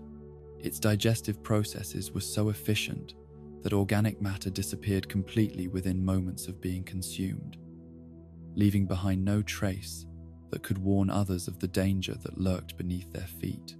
Perhaps most disturbing of all was the creature's apparent ability to learn from its encounters with potential prey, adapting its hunting strategies to overcome defenses that had proven effective in previous encounters. This suggested a form of collective memory that transcended individual experience, as if each Zou had access to the accumulated knowledge of its entire species across all the dimensions where they had evolved. The magical energies that permeated the post-conjunction world had also given rise to entirely new forms of supernatural threat, creatures that represented the intersection of chaotic forces with existing species rather than displaced beings from other dimensions. Necrophages like ghouls and drowners had emerged from the corruption of normal animals by exposure to concentrated death magic, their forms twisted into shapes that reflected their new hunger for decay and putrefaction. These beings served an important ecological function in the transformed world, disposing of carrion and organic waste that would otherwise accumulate in quantities that posed threats to public health. Yet their usefulness could not disguise the horror of their existence or the danger they posed to any living creature that ventured into their territories. They had retained enough intelligence to use simple tools and coordinate their hunting efforts, making them far more dangerous than ordinary scavengers. The drowners that infested swamps and waterways presented particular challenges to human expansion into previously unsettled regions. These aquatic necrophages had adapted perfectly to their semi-liquid environment, their pale, bloated forms moving through water with surprising grace, while their webbed hands and feet allowed them to traverse muddy terrain that would have trapped ordinary creatures. They hunted in packs, using their knowledge of local waterways to drive prey into areas where escape was impossible and resistance was futile. Even more troubling were the wraiths and spectres that had begun to manifest in locations where violent deaths had occurred. Supernatural beings that seemed to be formed from the intersection of strong emotions with the chaotic magical energies that now permeated the world. These entities retained fragments of human consciousness and memory, but their personalities had been warped by the trauma of death and the influence of forces they could not understand or control. The Noon Wraith represented one of the most tragic examples of this phenomenon, the spirit of a woman who had died under circumstances of particular injustice or cruelty, her rage and despair crystallizing into a form that could manifest in the physical world during the hours when the sun was at its strongest. These beings were trapped in cycles of vengeance that could never bring them the satisfaction they sought, their victims chosen not because of any personal connection to their original suffering, but simply because they happened to be present when the Wraith's fury reached its peak intensity. The Night Wraith followed similar patterns but manifested during the hours of darkness, its connection to the moon and stars, giving it access to different forms of magical power that made it even more dangerous than its daylight counterpart. These creatures could manipulate shadows and darkness, creating zones of supernatural cold that sapped the strength and will of anyone who entered them, while their touch could drain life force with the efficiency of the most skilled vampire. Yet for all the terror and suffering that these creatures brought to the world, they also served as reminders of the complex interconnections that bound all forms of existence together in the post-conjunction reality. The monsters were not external threats that had been imposed upon an otherwise harmonious world, but rather expressions of imbalances and tensions that existed within the fabric of reality itself. The werewolf's curse reflected the difficulty that all beings faced in adapting to cosmic changes that had altered the fundamental rhythms of existence. The vampire's hunger demonstrated what happened when natural relationships between different forms of life were disrupted by forces beyond anyone's control. The demons that fed upon guilt and despair revealed the psychological costs of living in a world where traditional sources of meaning and purpose had been swept away by incomprehensible transformations. Even the most alien creatures like the Zoogle served important ecological functions, processing waste and decay in ways that maintained the balance necessary for other forms of life to flourish. The necrophages disposed of carrion that would otherwise breed disease, while the undead spirits provided warnings about locations where the boundary between life and death had become dangerously unstable.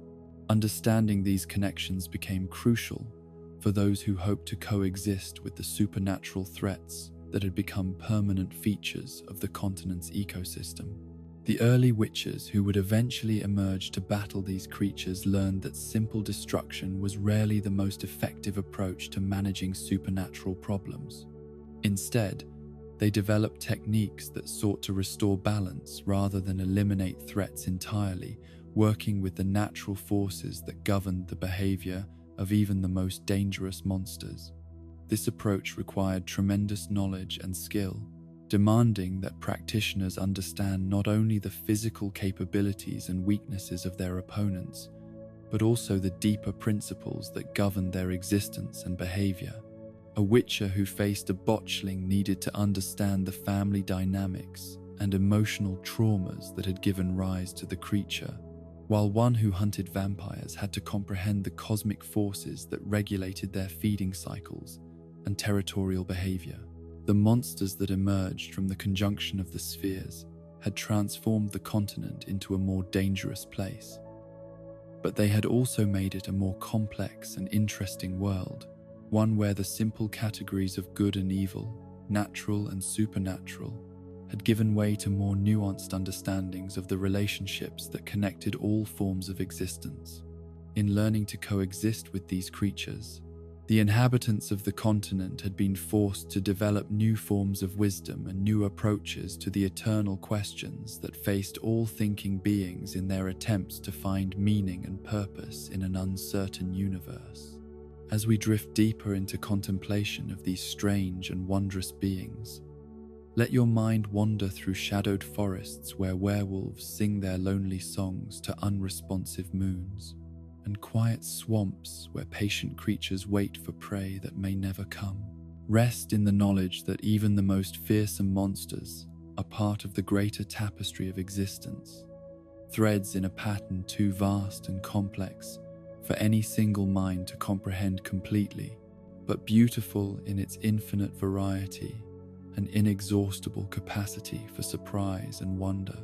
In the years that followed the great transformation of the continent, when humans had established their dominance over the fractured remains of elven civilization, and the monsters born of dimensional chaos had settled into the shadowed corners of the world, there arose a necessity so profound and urgent that it would reshape the very understanding of what it meant to dedicate one's life to the protection of others. The creatures that stalked the night and haunted the deep places of the earth were not mere inconveniences that could be ignored or avoided, but existential threats that demanded responses beyond the capabilities of ordinary soldiers or even the most skilled conventional warriors. The monsters that had emerged from the conjunction of the spheres possessed abilities and resistances that made them immune to traditional weapons and tactics. Steel swords that could cleave through armor and bone shattered against the hides of creatures whose very existence violated the natural laws that governed mundane combat. Arrows that flew true and struck their targets with perfect accuracy passed harmlessly through beings whose forms were composed of energies rather than flesh. Even the most experienced warriors found themselves helpless when confronted with enemies that could manipulate time and space, control the elements, or simply regenerate from wounds that should have been instantly fatal. Yet the human kingdoms that had inherited dominion over the continent could not simply accept the presence of these threats as an unchangeable feature of their new reality. The monsters posed too great a danger to trade routes, settlements, and the basic functioning of civilization to be merely endured or avoided. Some form of response was necessary, but it would have to be a response that went beyond conventional military approaches and ventured into realms that few had previously dared to explore. The origins of the Witcher profession remain shrouded in mystery and conflicting accounts, lost in the mists of time and deliberate secrecy that have always surrounded those who chose to dedicate their lives to the systematic study and elimination of supernatural threats. What is known with certainty is that the first attempts to create professional monster hunters required the development of entirely new approaches to both training and equipment, methods that pushed the boundaries of human capability and challenged fundamental assumptions about the relationship between natural and supernatural forces. The earliest proto-witchers were likely scholars and warriors who had begun to study the creatures that plagued their communities, seeking to understand their weaknesses and develop techniques that could exploit those vulnerabilities. These pioneers discovered that conventional approaches to combat were not merely ineffective but actively dangerous when applied to supernatural opponents, whose alien nature could turn familiar tactics into fatal liabilities. The breakthrough that made the Witcher profession possible came from the realization that fighting monsters effectively required becoming something more than human, but also something less than the creatures they hunted. The solution lay in controlled mutation, the deliberate alteration of human physiology through exposure to alchemical preparations that could grant supernatural abilities while preserving enough humanity to maintain rational thought and moral judgment. The process that would eventually be known as the Trial of the Grasses represented the culmination of decades of experimentation with various approaches to human enhancement, a systematic torture disguised as transformation that pushed the boundaries of what living flesh could endure while remaining viable. The trial involved the introduction of carefully prepared mutagens into the bloodstream of young candidates, substances derived from the very monsters they would eventually be trained to hunt. These mutagens were not merely poisons or medicines in any conventional sense, but concentrated essences that carried within them fragments of the chaotic energies that had given birth to the supernatural creatures of the post-conjunction world. They worked by fundamentally altering the recipient's cellular structure and neurological development, creating changes that went far beyond simple physical enhancement to encompass transformations that affected every aspect of human nature. The physical modifications were the most obvious and immediate results of the trial. Successful candidates emerged from the process with enhanced strength, speed, and reflexes that allowed them to match or exceed the capabilities of many supernatural opponents. Their senses became preternaturally acute, capable of detecting sounds and scents that ordinary humans could not perceive, while their vision adapted to function effectively in conditions of near-total darkness. More importantly, their bodies developed resistance to the various toxins, diseases, and supernatural influences that made prolonged contact with monsters so dangerous for normal humans. They became immune to most forms of plague and pestilence, while their enhanced healing abilities allowed them to recover from injuries that would have permanently crippled or killed ordinary warriors. Yet these physical changes came at costs that were not immediately apparent to those who underwent the transformation. The mutagens that granted enhanced abilities also altered the candidates' reproductive systems, rendering them permanently sterile as a side effect of the cellular changes that made their other enhancements possible. This sterility was not merely a biological inconvenience, but a profound alteration of human nature that cut the Witchers off from one of the most fundamental experiences that defined mortal existence. The psychological effects of the mutation process were even more complex and far-reaching than the physical changes. The enhanced senses that made Witchers such effective hunters also exposed them to stimuli and perceptions that human minds had never been designed to process. They could smell emotions, hear the whispers of dying thoughts, see the invisible currents of magical energy that flowed through the world like rivers of liquid light. This expansion of sensory capability was accompanied by changes in emotional responsiveness that many mistook for a simple deadening of feeling. In reality, the mutations seemed to alter the neurochemical processes that governed emotional reactions, creating a kind of psychological buffer that allowed Witchers to function effectively in situations that would have overwhelmed ordinary minds with horror or despair. The trial of the dreams that followed the physical transformation was designed to help candidates integrate these changes into a coherent sense of identity and purpose.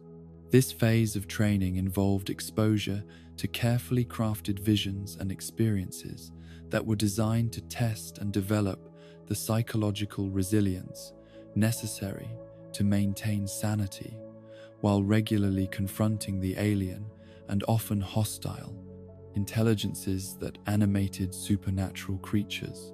The dreams were not merely random visions but carefully structured experiences that drew upon the deepest fears and desires of each individual candidate, forcing them to confront aspects of their own nature that they might never have acknowledged under normal circumstances. They were guided through encounters with their own mortality, their capacity for violence, their need for human connection, and their relationship to the larger cosmic forces that governed existence in the post-conjunction world. Many candidates who survived the physical rigors of the grass trials succumbed during this phase of their training, their minds unable to reconcile the fundamental contradictions between their human heritage and their supernatural enhancements. They became lost in the visions they were meant to master, their consciousness fragmenting under the pressure of experiences that exceeded their psychological capacity to integrate and understand. Those who emerged successfully from the dream trials found themselves fundamentally changed in ways that went beyond their physical enhancements.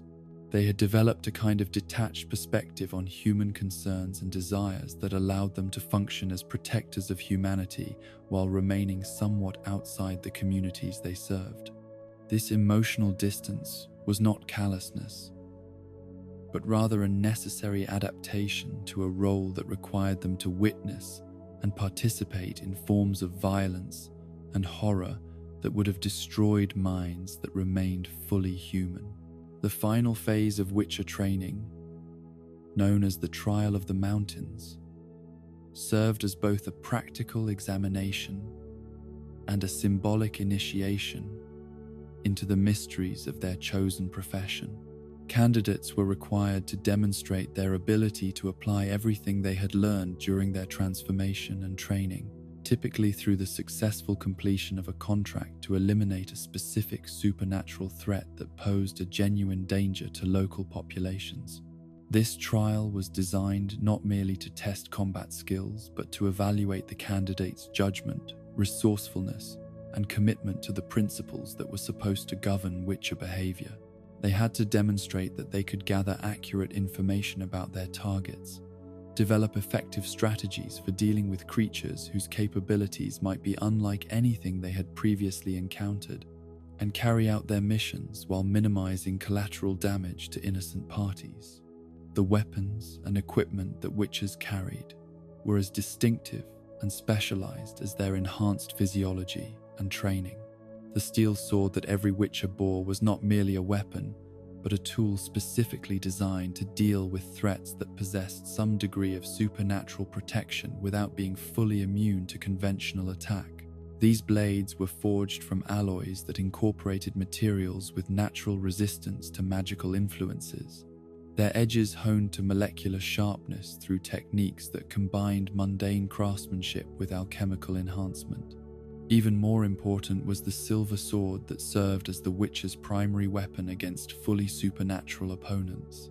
These blades were not simply silver-plated steel, but weapons forged entirely from specially prepared silver that had been treated with processes that enhanced its natural antipathy to creatures of chaos and corruption. The metal used in these weapons was often obtained through dangerous expeditions to locations where the residual energies of the conjunction had crystallized into physical form, creating deposits of silver that retained traces of the cosmic forces that had shaped the modern world. The Witcher's armor was similarly specialized, designed to provide protection against the wide variety of attacks that supernatural creatures might employ.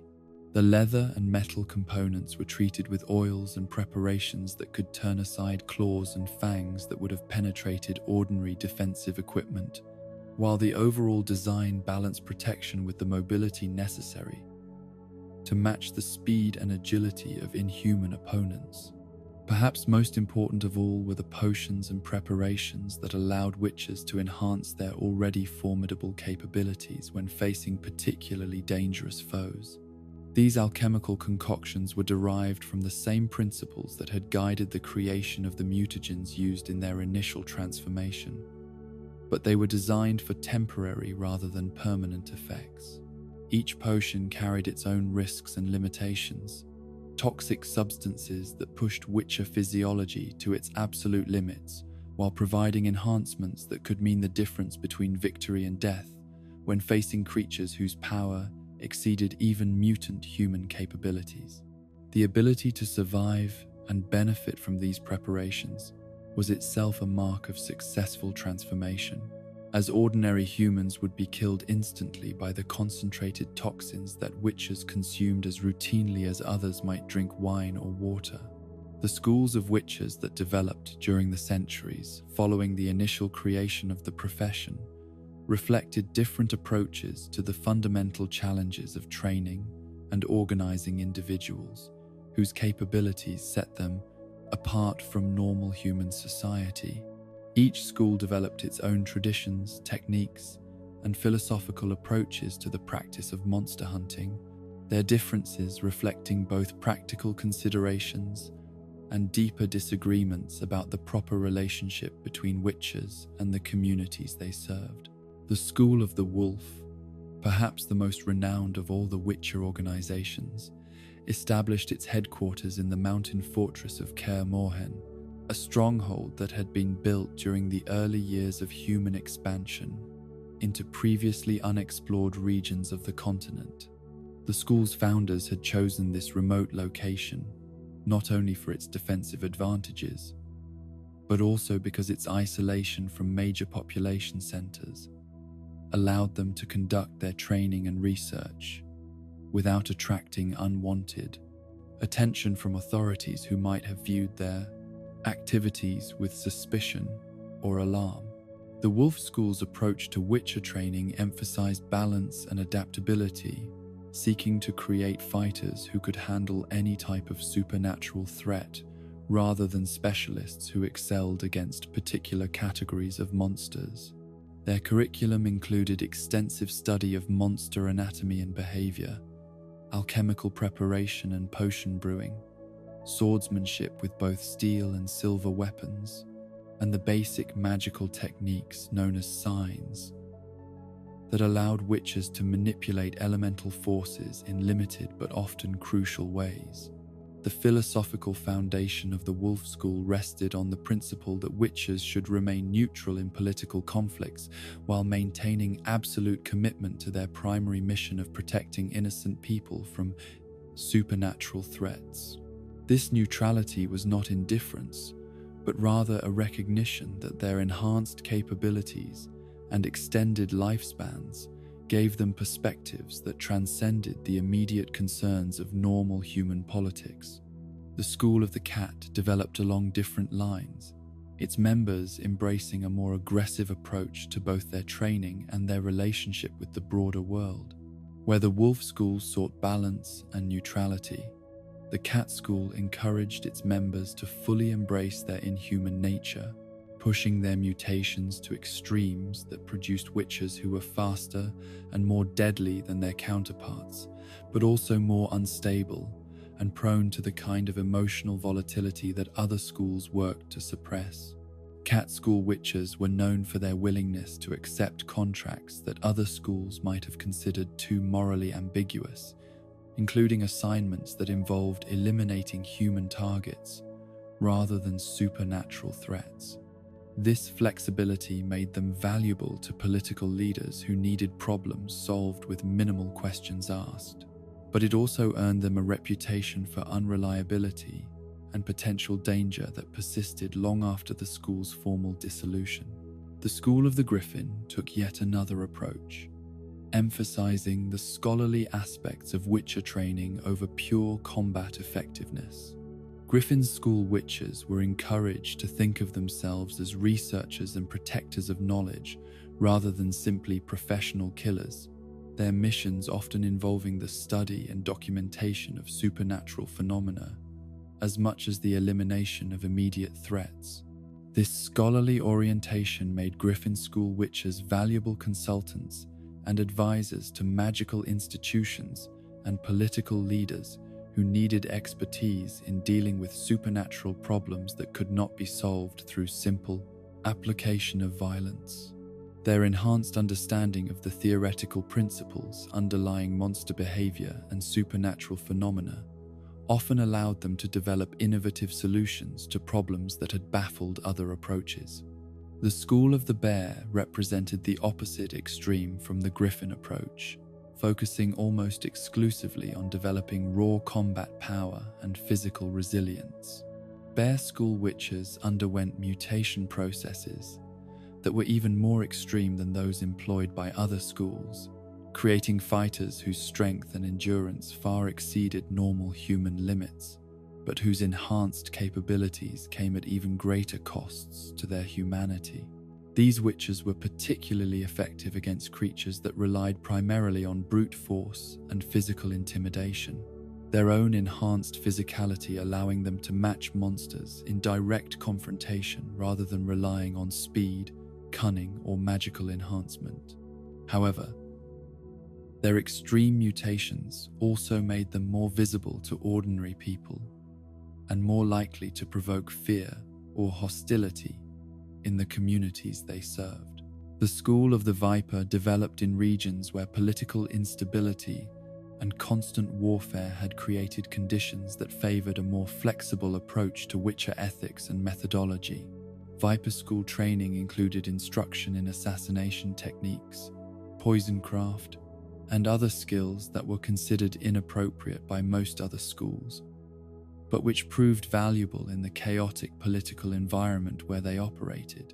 The reputation of the Viper School was complicated by their willingness to work for political leaders and criminal organizations that other schools would have refused to serve, but their effectiveness in dealing with supernatural threats remained unquestionable.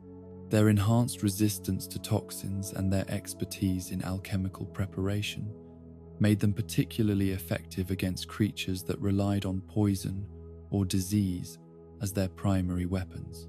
Among all these schools and their varied approaches to the Witcher's calling, certain individuals emerged whose capabilities and achievements transcended the normal expectations of their profession. Geralt of Rivia, trained at Kaer Morhen under the tutelage of the School of the Wolf, became perhaps the most renowned example of what a Witcher could achieve when exceptional natural ability was combined with the finest training and enhanced through exposure to experimental procedures that pushed the boundaries of what the human form could accommodate. Geralt's survival of additional mutations beyond those normally employed in Witcher training had left him with capabilities that exceeded even the enhanced norms of his profession, his white hair serving as a permanent reminder of the prices paid for power that approached the supernatural. His reputation for effectiveness in dealing with the most dangerous creatures of the continent was matched only by his commitment to the principles of neutrality and protection of innocence that defined the highest ideals of the Witcher calling. Yet even Geralt's legendary status could not disguise the fundamental tragedy that characterized the Witcher profession as a whole. These were individuals who had sacrificed their humanity in order to serve humanity, beings who had accepted permanent exile from the very communities they protected in order to acquire the capabilities necessary to keep those communities safe from threats that normal humans could never hope to face. The loneliness that defined Witcher existence was not merely a consequence of their dangerous profession, but a fundamental aspect of their altered nature. Their enhanced senses made ordinary human company uncomfortable, or even painful, while their extended lifespans meant that they would outlive anyone they might form attachments to during their travels. Their sterility cut them off from the basic human experience of raising families and continuing bloodlines, while their emotional modifications made it difficult to form the kinds of deep personal connections that gave meaning to normal human existence.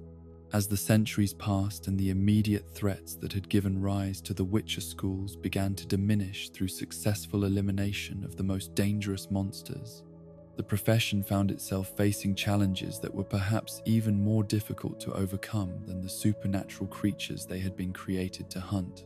Public attitudes toward witches became increasingly ambivalent, as people began to question whether the benefits they provided were worth the costs of maintaining organizations of enhanced individuals whose loyalty to ordinary human authority was questionable at best. The eventual decline of the Witcher schools reflected not failure in their primary mission, but success that had made their continued existence seem less necessary to the political leaders and common people who had once desperately needed their services. As the continent became safer and more civilized, as trade routes became secure and settlements grew into cities protected by conventional armies, the Witchers began to seem less like essential guardians and more like dangerous anachronisms whose time had passed. The destruction of Kaer Morhen and the loss of the knowledge necessary to create new Witchers marked the end of an era in the history of the continent, the closing of a chapter that had begun with humanity's desperate need to defend itself against threats beyond normal comprehension. Yet the legacy of the Witcher schools lived on in the scattered individuals who continued to walk the roads between settlements, carrying their silver swords and their burden of knowledge, serving as reminders of the prices that must sometimes be paid to preserve the peace and safety that others took for granted. As we contemplate these solitary figures walking their endless roads, carrying within themselves the accumulated wisdom and sacrifice of generations, let your thoughts drift toward the understanding that every piece is built upon the willingness of some to bear burdens that others cannot carry. Rest in the knowledge that even the most necessary transformations carry costs that must be acknowledged and honored, and that the greatest heroes are often those who pay prices that remain invisible to those they protect, walking paths that lead away from human warmth toward duties that transcend personal desire. Beyond the familiar territories where human kingdoms rose and fell like waves upon an eternal shore, where elven cities had once gleamed like captured starlight and dwarven forges had rung with the music of hammer upon anvil, there stretched vast expanses of land and water, whose secrets remained hidden from all but the most intrepid explorers and the most desperate refugees. The continent that had witnessed the rise of the Vran, the golden age of elven civilization, and the eventual triumph of human ambition was itself but a single fragment of a world whose true scope defied the imagination of those who had never ventured beyond the borders of their familiar domains. The lands that scholars and cartographers had mapped with such care, the territories that had been fought over and conquered, divided and subdivided through centuries of war and diplomacy, represented only the smallest fraction of what lay beyond the horizon. Like children playing in a tide pool while remaining unaware of the vast ocean that stretched endlessly beyond their sight, the inhabitants of the known regions had built their civilizations and conducted their affairs in ignorance of the greater world that surrounded them on all sides. To the north of the established kingdoms, beyond the Dragon Mountains that had earned their fearsome name from the great worms that made their lairs among the highest peaks, there stretched territories that remained largely unmapped and unexplored, despite centuries of human expansion. These were lands where the very air seemed thick with ancient magic, regions where the conjunction of the spheres had left behind concentrations of chaotic energy so dense that reality itself became unreliable, and the normal laws governing cause and effect broke down into patterns that defied rational understanding. The few expeditions that had ventured into these northern wastes returned with tales that strained credibility even among listeners accustomed to accepting the existence of monsters and magic as simple facts of everyday life. They spoke of forests where the trees grew in impossible formations, their branches interweaving in patterns that formed natural cathedrals, dedicated to gods whose names had been forgotten before the first human ever set foot upon the continent. They described valleys where time flowed at different rates, where travelers could age years in what seemed like moments, or find themselves trapped in single instants that stretched across subjective decades. Most disturbing of all were the reports of cities that should not have existed, settlements built according to architectural principles that hurt the mind, to contemplate and populated by beings whose very existence challenged fundamental assumptions about the nature of life and consciousness. These were not ruins left behind by vanished civilizations, but active communities that seemed to operate according to logics so alien that human observers could barely comprehend what they were witnessing. The explorers who returned from such expeditions were often changed by their experiences in ways that went beyond simple exposure to strange sights and unfamiliar customs. Many developed an obsessive need to return to the territories they had visited, as if something in those alien landscapes had called to aspects of their nature that they had never previously suspected existed. Others became withdrawn and melancholy, their personalities altered by contact with realities that made their previous understanding of the world seem narrow and provincial by comparison. Yet for all the mysteries and dangers that lay to the north, it was the eastern territories that held the greatest potential for transforming the understanding of those who called the continent home. Here, beyond the great mountain ranges that formed natural barriers between different regions of the world, lay kingdoms and empires that had developed along entirely different lines from the familiar patterns of human civilization, societies that had responded to the challenges of the post-conjunction world in ways that offered alternative visions of what thinking beings might accomplish when freed from conventional limitations. The kingdom of Zerrikania represented perhaps the most intriguing of these eastern realms, a land where the harsh conditions of desert and mountain had forged a culture unlike anything that existed within the boundaries of the known world. Here, the social structures that elsewhere elevated men to positions of leadership and relegated women to supporting roles had been completely reversed, creating a civilization where queens ruled absolutely and their subjects understood power and authority through entirely different conceptual frameworks. The warriors of Zerrikania were legendary, even in regions where their actual existence remained a matter of speculation and rumor. These were women who had learned to fight with a skill and ferocity that surpassed anything that the male-dominated military traditions of the Western lands could produce. Their techniques refined through centuries of warfare against enemies that included not only conventional armies, but also the dragons that had once been common throughout their territories. The relationship between Zerrikania and the great worms that populated the mountainous regions of their homeland had evolved into something far more complex than simple predator-prey dynamics. The dragons, possessed of intelligence that rivaled or exceeded that of any human scholar and lifespans that stretched across multiple human generations, had become integrated into Zerrikanian society as advisors, oracles, and sources of wisdom that transcended ordinary political and military considerations. This partnership between human ambition and draconic knowledge had produced achievements that seemed impossible when measured against the standards of Western civilization.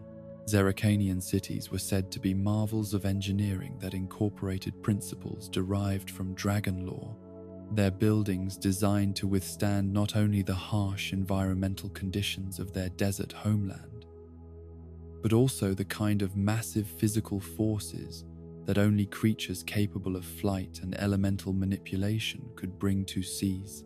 Bear. The magic practiced in Zerrikania had evolved along lines that reflected this unique relationship between human practitioners and draconic mentors.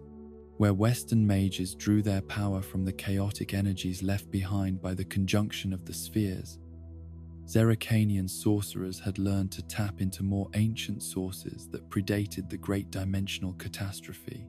Their spells reflected an understanding of elemental forces that was both more primitive and more sophisticated than anything that had developed in the familiar territories of the continent. Trade between Zerrikania and the Western lands had always been limited by the practical difficulties of traversing the mountain ranges that separated these different regions of the world.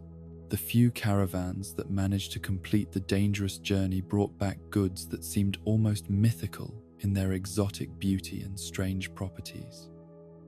fabrics that changed color with the phases of the moon, gems that stored sunlight and released it during the hours of darkness, weapons forged from alloys that incorporated dragon scale and could channel elemental energies with deadly effectiveness.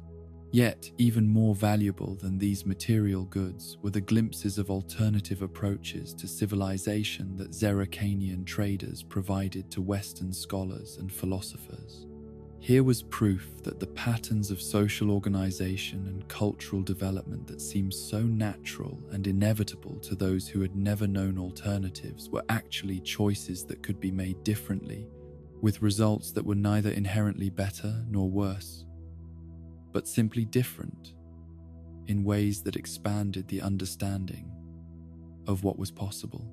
To the southeast of Zeracania lay territories that remained even more mysterious and poorly understood, regions where the very names of kingdoms and peoples had been preserved only in the most ancient texts and the most fragmentary accounts of explorers who had ventured beyond the reach of reliable maps.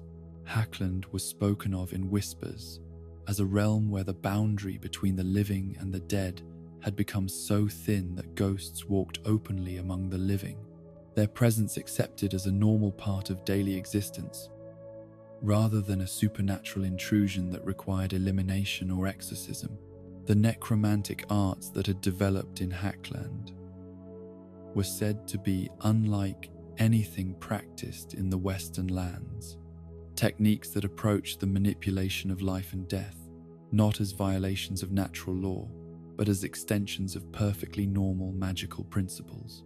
The practitioners of these arts were not the twisted and corrupted individuals that Western prejudices might have expected, but scholars and healers whose understanding of the cycle of existence allowed them to ease suffering and preserve knowledge in ways that conventional medicine and magic could never achieve.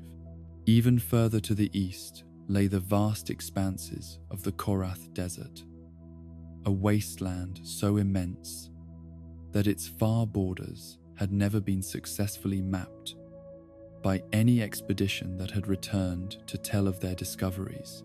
This was not merely empty space, but a region where the environmental conditions had created opportunities for forms of life and civilization that could not exist anywhere else on the continent.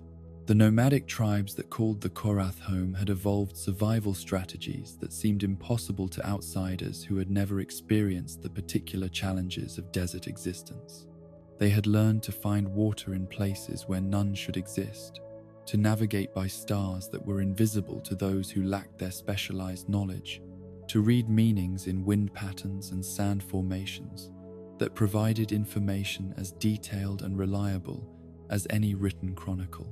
Their relationship with the supernatural creatures that inhabited the deep desert had evolved along lines completely different from the adversarial dynamic that characterized monster-human interactions in the Western territories. Rather than viewing the strange beings that emerged from sandstorms and hidden oases as threats to be eliminated, the desert peoples had developed forms of communication and cooperation that allowed both species to benefit from shared knowledge and mutual protection. The magic practiced by Korath shamans drew its power from sources that had nothing to do with the dimensional chaos that had given birth to Western magical traditions.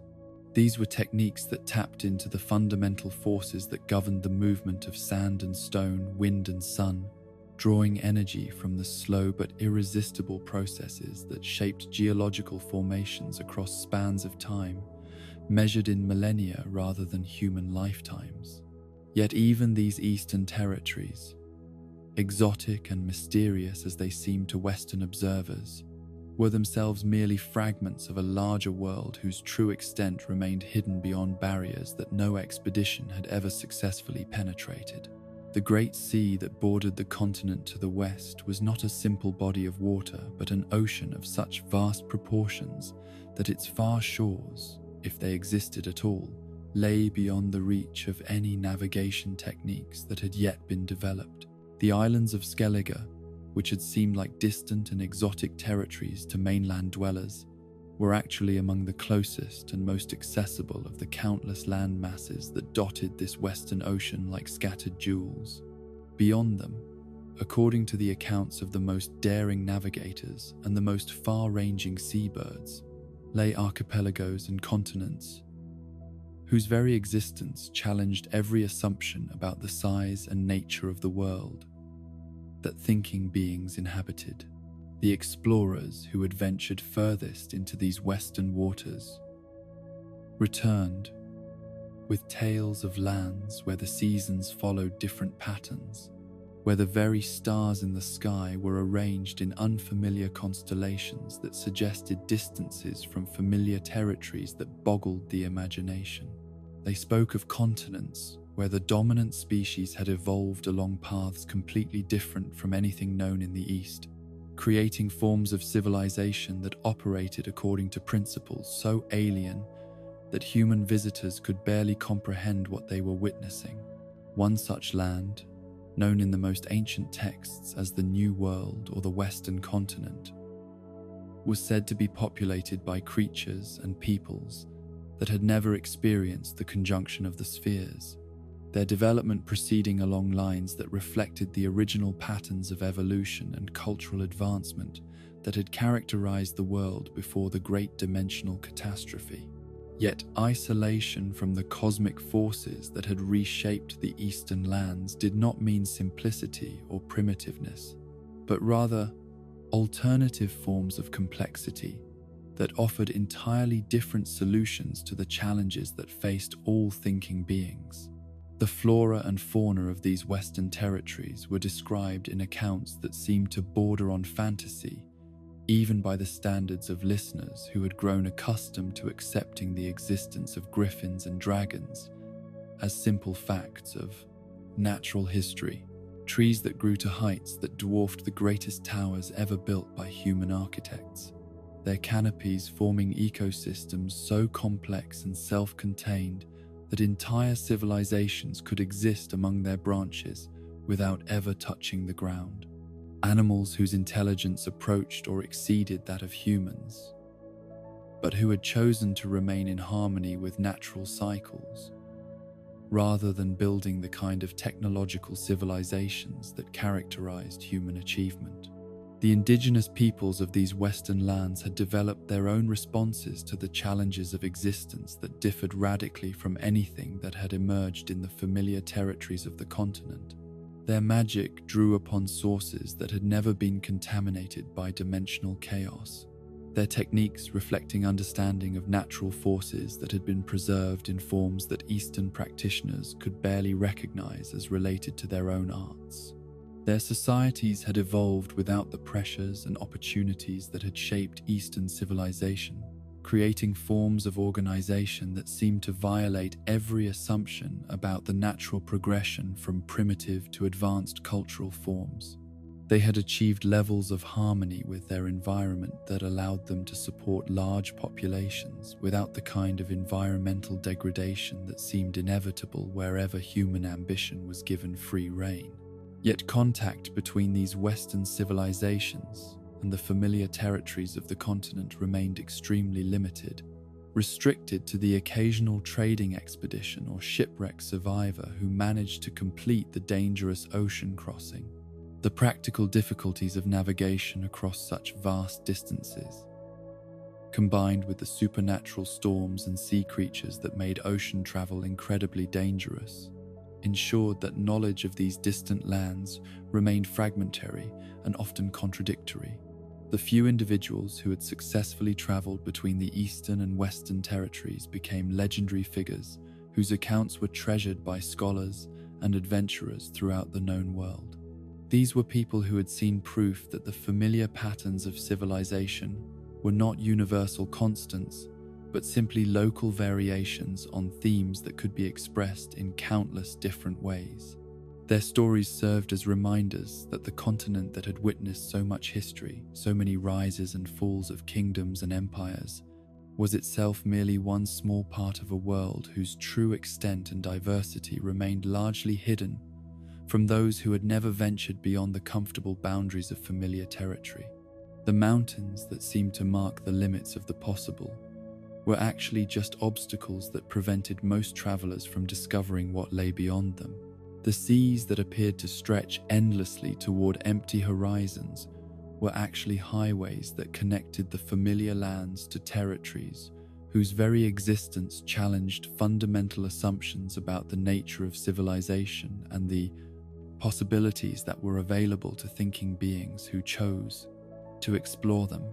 The deserts that seemed too harsh to support anything more complex than the most basic survival were actually home to cultures whose achievements rivaled anything that had been accomplished in the most sophisticated cities of the known world.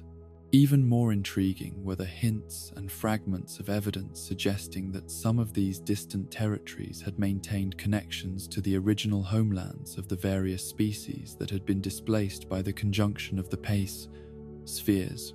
If such connections existed, they might provide opportunities to understand the true origins of the various peoples and creatures that now shared the continent, and perhaps even to access knowledge and capabilities that had been lost during the great dimensional catastrophe. The implications of such possibilities were staggering to contemplate. The elves who had seemed so powerful and sophisticated to the humans who had eventually displaced them might themselves be primitive refugees compared to their kinfolk who had remained in the original dimensions, or who had been cast into territories that had maintained better connections to their ancestral sources of power and knowledge. The dragons that had become legendary figures in the folklore and history of the continent might be merely the weakest and most isolated examples of species whose true capabilities could only be understood by those who had encountered them in their native environments. The magic that seemed so wondrous and powerful to those who had learned to manipulate the chaotic energies left behind by the conjunction might be crude and limited compared to the techniques available to practitioners who had access to more stable and sophisticated sources of power. The monsters that had terrorized the continent for centuries, requiring the development of entire professions dedicated to hunting and eliminating them, might be nothing more than displaced creatures whose behavior had been warped by their separation from environments where they had played important and beneficial ecological roles. The very concepts of good and evil, natural and supernatural, civilized and primitive that seemed so fundamental to understanding the world, might prove to be local prejudices rather than universal truths, when viewed from perspectives that encompassed a broader range of possibilities. As the centuries passed and the immediate challenges of survival and expansion gave way to more leisurely pursuits of knowledge and exploration, increasing numbers of scholars and adventurers began to turn their attention toward these distant territories and their tantalizing possibilities. The maps that had once shown vast blank spaces marked only with warnings about dragons and sea monsters began to be filled in with tentative routes and speculative coastlines. As each generation of explorers pushed slightly further into the unknown, the accumulation of this knowledge, fragmentary and often contradictory though it remained, began to transform understanding of the continent's place in the larger scheme of existence. What had once seemed like the entire world revealed itself to be merely one province of a reality whose true scope exceeded anything that previous generations had dared to imagine. This expanding awareness brought with it both excitement and unease, opportunities for discovery and growth, balanced against the humbling recognition that everything that had been achieved, everything that had been learned, everything that had been built represented only the smallest fraction of what was possible. The great empires that had seemed so impressive and enduring were revealed to be local phenomena. The mighty heroes whose deeds had passed into legend were shown to be figures whose significance was limited to a tiny corner of a vast and largely unexplored world. Yet this expanded perspective also offered hope and inspiration to those who were willing to embrace the implications of living in a universe whose possibilities exceeded the boundaries of familiar experience. If the world was truly as vast and diverse as the accumulating evidence suggested, then there were no limits to what might be discovered, no boundaries to what might be achieved by those who possessed the courage and determination to venture beyond the comfortable confines of the known and familiar. As we drift toward the peaceful shores of sleep, let your imagination wander across those unmapped territories where ancient dragons share their wisdom with warrior queens, where desert nomads read the secrets of eternity in shifting sands, and where distant continents hold keys to mysteries that could transform everything we think we understand about the nature of existence itself. Rest in the knowledge that no matter how vast our understanding becomes, there will always be new horizons beckoning to those who dare to dream of what lies beyond the edges of the familiar world. In the transformed reality that emerged from the chaos of the conjunction of the spheres, when the barriers between dimensions had collapsed and left behind a world where the impossible had become merely improbable, there arose forms of power that transcended every previous understanding of what thinking beings might accomplish, through the application of will and knowledge to the fundamental forces that governed existence. This was magic in its truest sense, not the crude tricks and illusions that charlatans had always used to deceive the gullible, but genuine manipulation of the cosmic energies that flowed through the fabric of reality itself like rivers of liquid possibility. Yet magic, as it came to be practiced in the centuries following the great dimensional catastrophe, was neither the benevolent gift that optimists might have hoped for, nor the corrupting curse that pessimists had feared, but rather a tool whose ultimate value depended entirely upon the wisdom and restraint of those who learned to wield it. Like fire, it could warm homes and forge weapons, illuminate darkness and prepare nourishing meals. But it could also consume forests and reduce cities to ash, its power limited only by the fuel available to sustain it and the purposes to which it was directed. The fundamental nature of post-conjunction magic lay in its connection to the chaotic energies that had been released when multiple dimensions had been forced to occupy the same space, their incompatible laws of physics, creating zones of instability where the normal rules governing cause and effect became negotiable rather than absolute. These chaotic forces permeated every aspect of the transformed world, flowing through invisible currents that connected every point in space to every other point, creating a vast network of potential that skilled practitioners could learn to access and direct towards specific purposes. The elemental classification that mages eventually developed to organize their understanding of these forces represented an attempt to impose comprehensible categories upon phenomena that were inherently resistant to systematic analysis. Earth, air, fire, and water were not simply the physical substances that these names suggested, but rather fundamental principles that govern different aspects of reality's response to conscious intention and directed will. Earth magic drew its power from the principle of stability and endurance that characterized all lasting achievements, the cosmic force that allowed matter to maintain coherent forms, despite the constant pressure of entropy and dissolution that threatened to reduce everything to primordial chaos. Practitioners who specialized in this element learned to manipulate not merely soil and stone, but the deeper concepts of foundation and permanence that made civilization possible. The most skilled earth mages could reshape landscapes with gestures that seemed almost casual, raising mountain ranges or carving valleys, according to plans that encompassed centuries of future development and growth. They understood the slow but irresistible forces that governed geological processes, learning to compress the work of millennia into moments when circumstances required rapid transformation of environmental conditions. Yet their power extended beyond simple manipulation of physical matter to to encompass the spiritual and emotional foundations that supported individual and collective existence. They could strengthen the resolve of wavering allies or undermine the confidence of enemies, their influence working through channels so subtle that victims rarely realized they were being affected until their will to resist had already been compromised beyond recovery.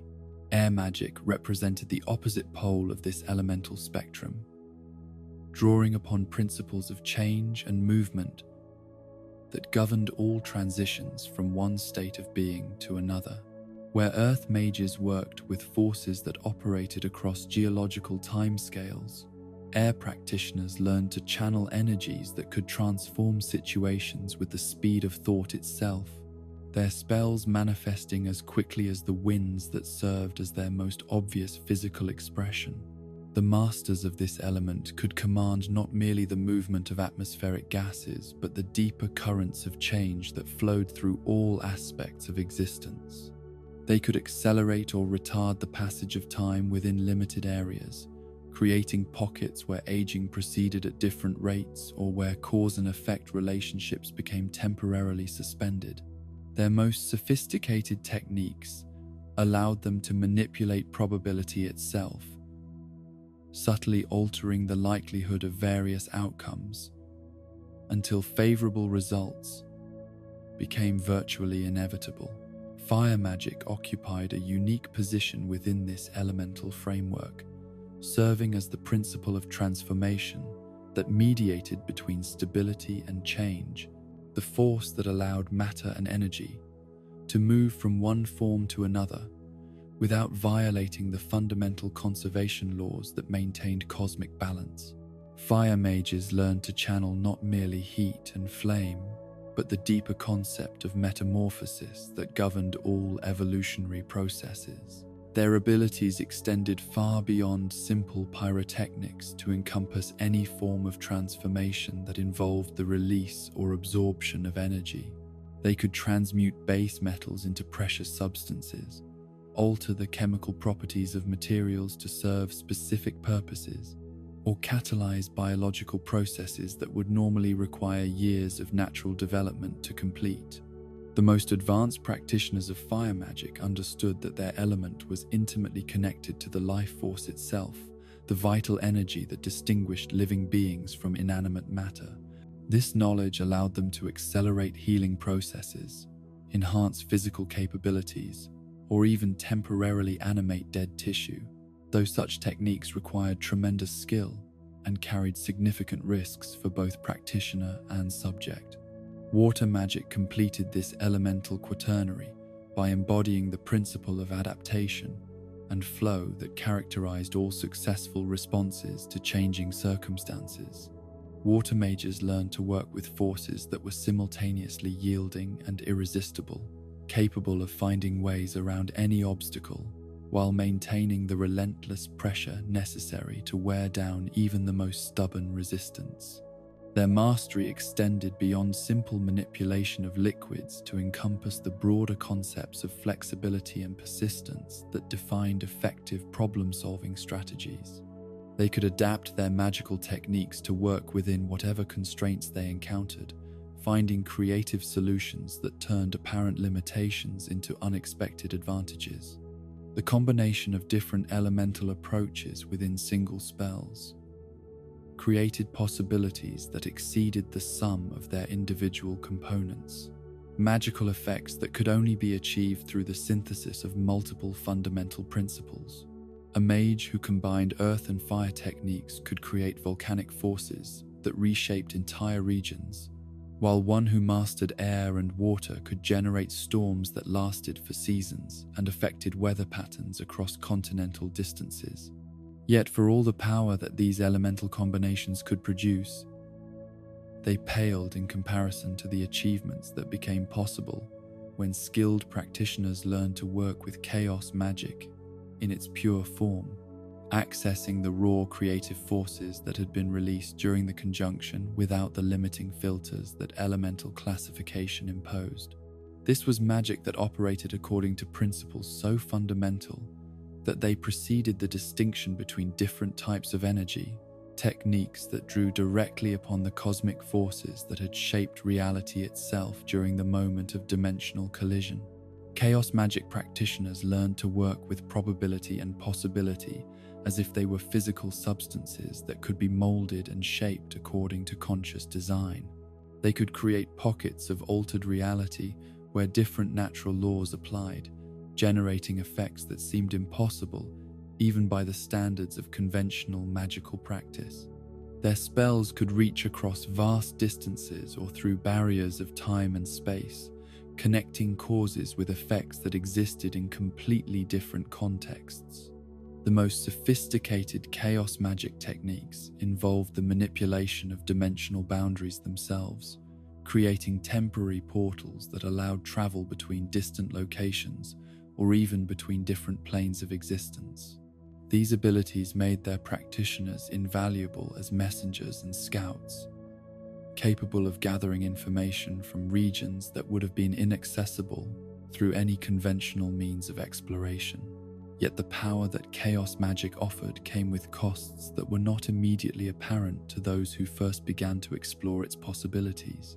The chaotic energies that practitioners learned to channel were inherently unstable and unpredictable, forces that had never been intended to be constrained within the ordered structures of individual consciousness.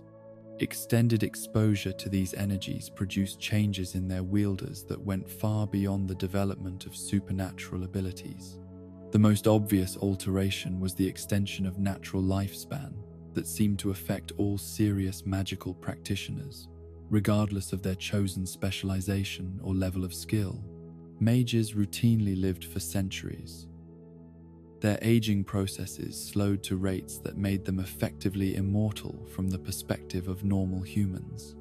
This longevity was not without its drawbacks, however, as the same forces that preserved their physical forms also rendered them sterile, cutting them off from the biological processes that allowed ordinary people to create new life and continue their genetic lineages. The psychological effects of magical practice were even more profound and complex than these physical alterations. Mages found their perception of reality fundamentally changed by their ability to manipulate the forces that most people experienced as fixed and unchangeable. They developed a detached perspective on human concerns that made it difficult for them to relate to the fears and desires that motivated ordinary individuals, their enhanced understanding creating barriers to emotional intimacy that often left them isolated despite their tremendous capabilities.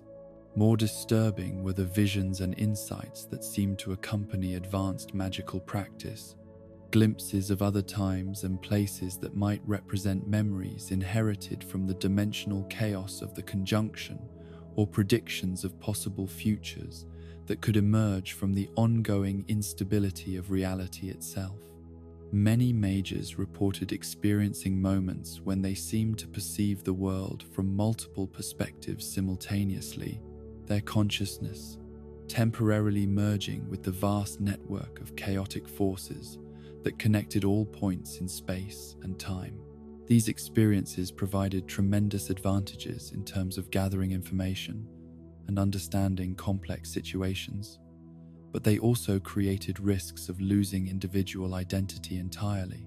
Some practitioners became so absorbed in these expanded states of consciousness that they forgot their personal histories and relationships, their sense of self dissolving into the larger patterns they had learned to perceive and manipulate. The development of magical theory and technique during the centuries following the conjunction represented one of the greatest intellectual achievements in the history of the continent, rivaling the technological innovations of the ancient Sheikah or the philosophical insights of the greatest elven scholars. Yet, this knowledge came at prices that were not always recognized by those who sought to acquire it, costs that affected not only individual practitioners, but the broader societies that came to depend upon their services. The political implications of magical power proved to be particularly complex and far-reaching. Mages possessed capabilities that could determine the outcomes of wars, reshape geographical features, and influence the behavior of large populations through techniques that were invisible to those who lacked magical training. This made them invaluable assets to political leaders who could secure their services. But it also made them potential threats, whose loyalty could never be taken for granted. The relationship between magical and temporal authority became one of the defining characteristics of post-conjunction civilization, creating power dynamics that had no precedent in the history of pre-magical societies.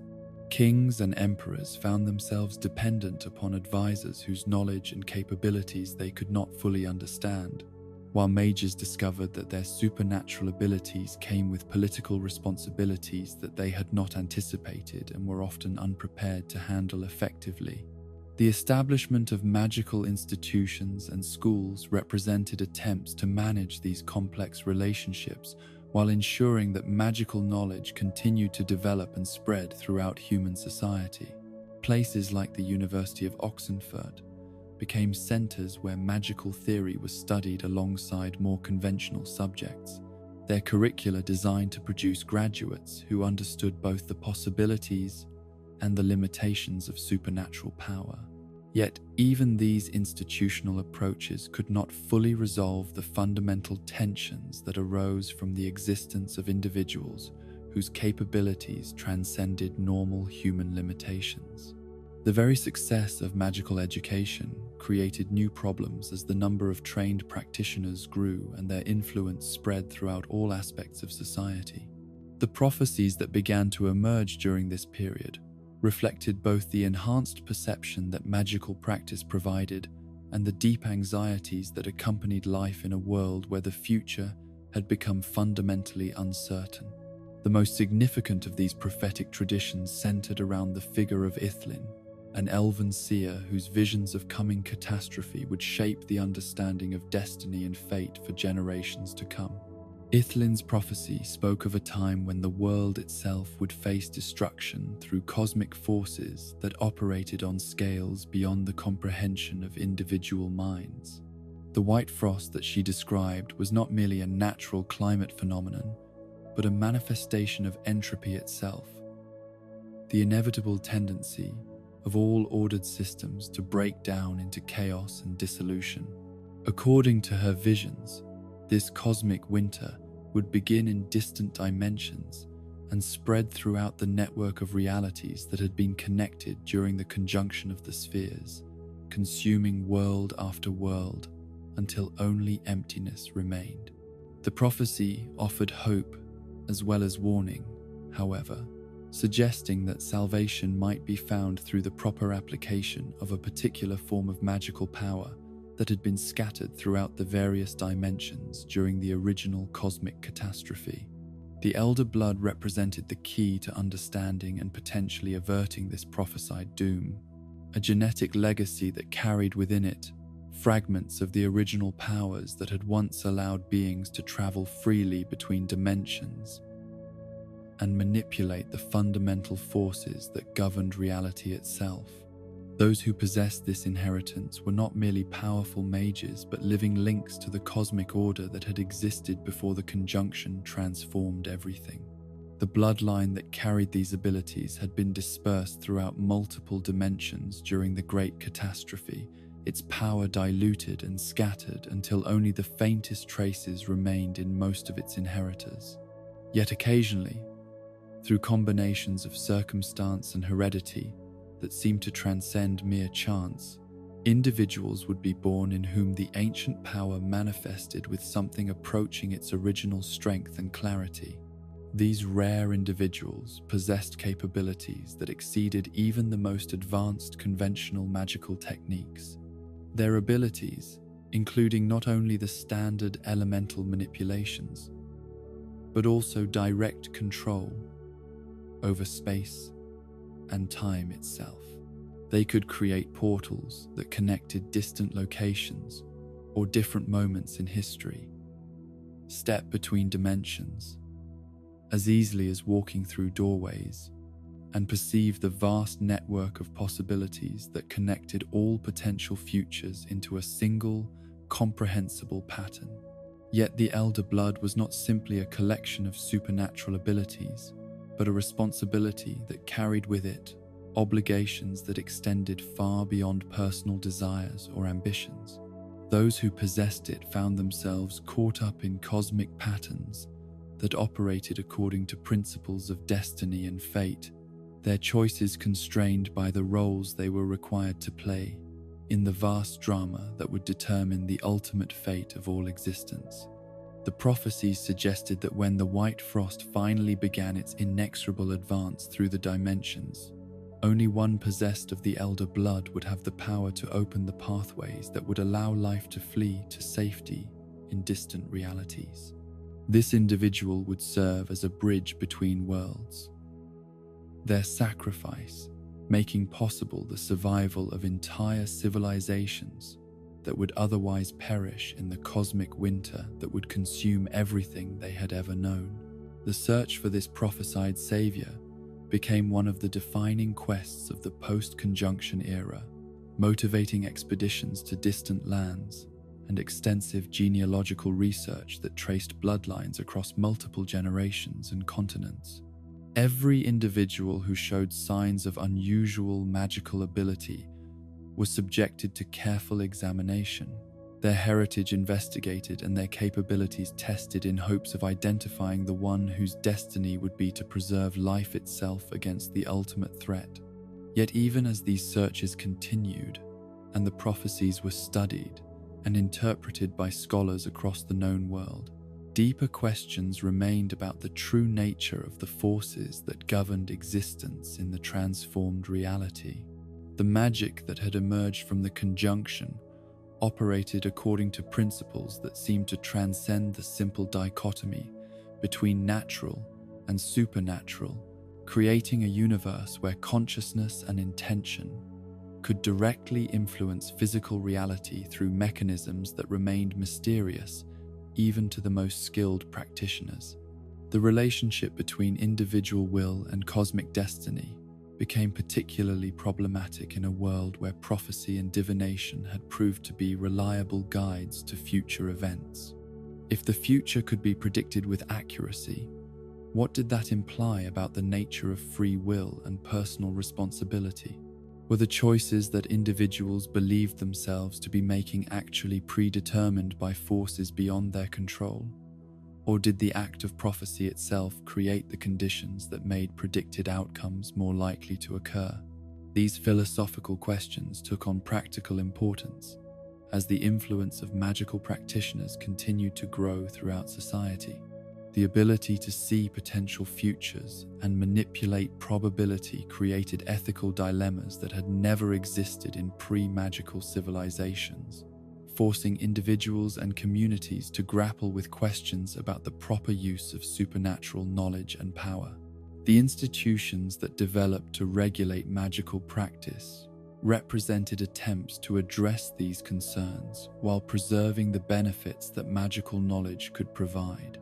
Codes of ethics were developed that sought to limit the circumstances under which mages could use their abilities to influence others, while systems of magical law emerged that defined the boundaries between acceptable and prohibited applications of supernatural power. Yet these regulatory frameworks could only be as effective as the enforcement mechanisms that supported them, and the detection and punishment of magical crimes required expertise that was often available only to those who possessed the same abilities as the potential criminals. This created situations where magical practitioners were required to police themselves, with all the conflicts of interest and possibilities for abuse that such arrangements inevitably entailed. As the centuries passed, and magical practice became increasingly sophisticated and widespread, the line between the natural and the supernatural began to blur until it became almost meaningless. Magic ceased to be an extraordinary phenomenon that violated normal expectations and became instead simply another aspect of reality that had to be understood and accommodated within the broader framework of human experience. This normalization of the extraordinary had profound implications for how people understood their place in the universe and their relationships with the cosmic forces that governed existence. The world had become a place where individual consciousness could directly influence physical reality, where the boundaries between self and other were more fluid than they had ever been, and where the ultimate nature of existence remained fundamentally mysterious, despite all the knowledge that had been accumulated about its practical applications. In this transformed reality, the distinction between magic and mundane began to seem like an artifact of pre-conjunction thinking, a conceptual framework that had outlived its usefulness. In a world where consciousness and matter, intention and result had become inextricably intertwined, the true magic lay not in any particular technique or ability, but in the recognition that reality itself was far stranger and more wonderful than anyone had ever dared to imagine. As we drift deeper into contemplation of these cosmic mysteries and infinite possibilities, let your mind wander through dimensions where thought becomes reality and will shape the fundamental forces of existence. Rest in the knowledge that in a universe where consciousness can bend the laws of physics and individual choices can echo across the vast reaches of space and time, every moment holds the potential for transformation, and every dream carries within it the seeds of new realities waiting to be born. In the vast tapestry of existence that had been rewoven by the conjunction of the spheres, where dimensions had collapsed into one another and left behind a reality governed by forces that transcended ordinary understanding, there emerged patterns of connection and meaning that operated according to principles far more subtle and profound than the crude mechanics of political power or the simple application of magical force. These were the bonds that tied soul to soul across the gulfs of space and time, the invisible threads that connected individual destinies to the greater cosmic order, the relationships that endured beyond death itself and shaped the ultimate meaning of existence in ways that no amount of worldly achievement could ever match.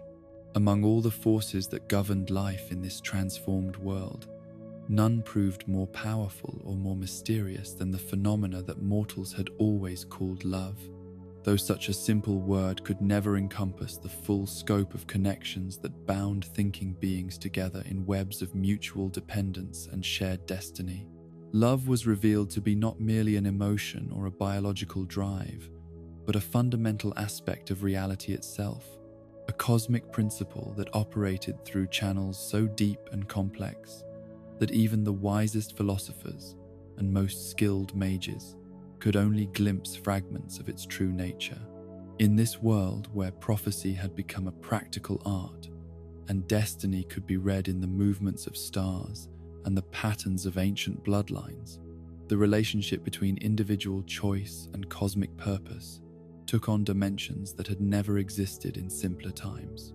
The law of surprise, that ancient tradition which bound the lives of strangers together through obligations that transcended conscious understanding, revealed itself to be not merely a curious custom, but a manifestation of deeper forces that govern the distribution of debt and responsibility throughout the interconnected web of existence. When Geralt of Rivia first encountered this law during his adventures as a young witcher, he had no comprehension of the cosmic significance of the moment when he accepted payment for his services in the form of something the debtor possessed, but did not yet know he had. The law of surprise seemed like nothing more than a gambling man's wager, a way of ensuring compensation while adding an element of chance that might produce unexpected rewards or disappointing failures. Yet the moment when Queen Calanthe revealed that she was carrying a child, thus making Princess Ciri the payment that destiny had arranged for the Witcher's services, marked the beginning of a connection that would eventually reshape the fate of the entire world. This was not mere coincidence, but the operation of forces that used human choices and apparent accidents to weave patterns of relationship that served purposes beyond the understanding of any individual participant. The bond that formed between the aging Witcher and the young princess transcended every conventional category that mortals use to understand human relationships. Geralt became neither father nor guardian in any legal sense, Yet his connection to Ciri operated according to principles that made such distinctions irrelevant. She was his child surprise, chosen for him by forces that understood the needs of both individuals better than they understood themselves. For Geralt, whose mutations had cut him off from the biological processes that allowed other men to create families and continue their genetic lineages, Ciri represented the daughter he could never have fathered, the future he could never have created through conventional means. The sterility that had been the price of his enhanced abilities had seemed to doom him to a life without the fundamental human experience of nurturing new life and watching it develop into independent existence. Yet destiny had provided him with something even more precious than biological offspring, a child whose own supernatural heritage would eventually require exactly the kind of protection and guidance that only someone with his unique knowledge and capabilities could provide. Ciri's elder blood made her simultaneously one of the most powerful and most vulnerable individuals in the world, her abilities attracting attention from forces that would stop at nothing to possess or control her. The relationship that developed between them over the years of her training at Kaer Morhen represented a fusion of paternal love with professional necessity that created bonds stronger than either element could have achieved alone. Geralt found in Ciri not only the family he had never expected to have, but also a purpose that gave meaning to all the sacrifices he had made in becoming a witcher. Her presence transformed him from a solitary monster hunter into something far more significant, a guardian of the future itself. For Ciri, Geralt represented safety and understanding in a world that alternately feared and coveted her supernatural abilities. Unlike the courtiers and advisors who saw her primarily as a political asset or a source of magical power, the Witcher valued her for herself, his affection uncomplicated by ambitions or agendas that might have made other relationships suspect. The training he provided went far beyond simple combat techniques or survival skills to encompass the deeper wisdom that only someone who had spent decades walking the dangerous paths between civilization and wilderness could share. He taught her not only how to fight monsters, but how to understand them. Not only how to survive in hostile environments, but how to find meaning in solitude and strength in self-reliance. Yet even this profound connection between surrogate father and adopted daughter was only one thread in a tapestry of relationships that would eventually encompass some of the most complex and significant figures of the age. The bonds that formed between Geralt and the sorceresses who entered his life represented different aspects of love's power to transcend the boundaries that normally separated mortal souls from one another.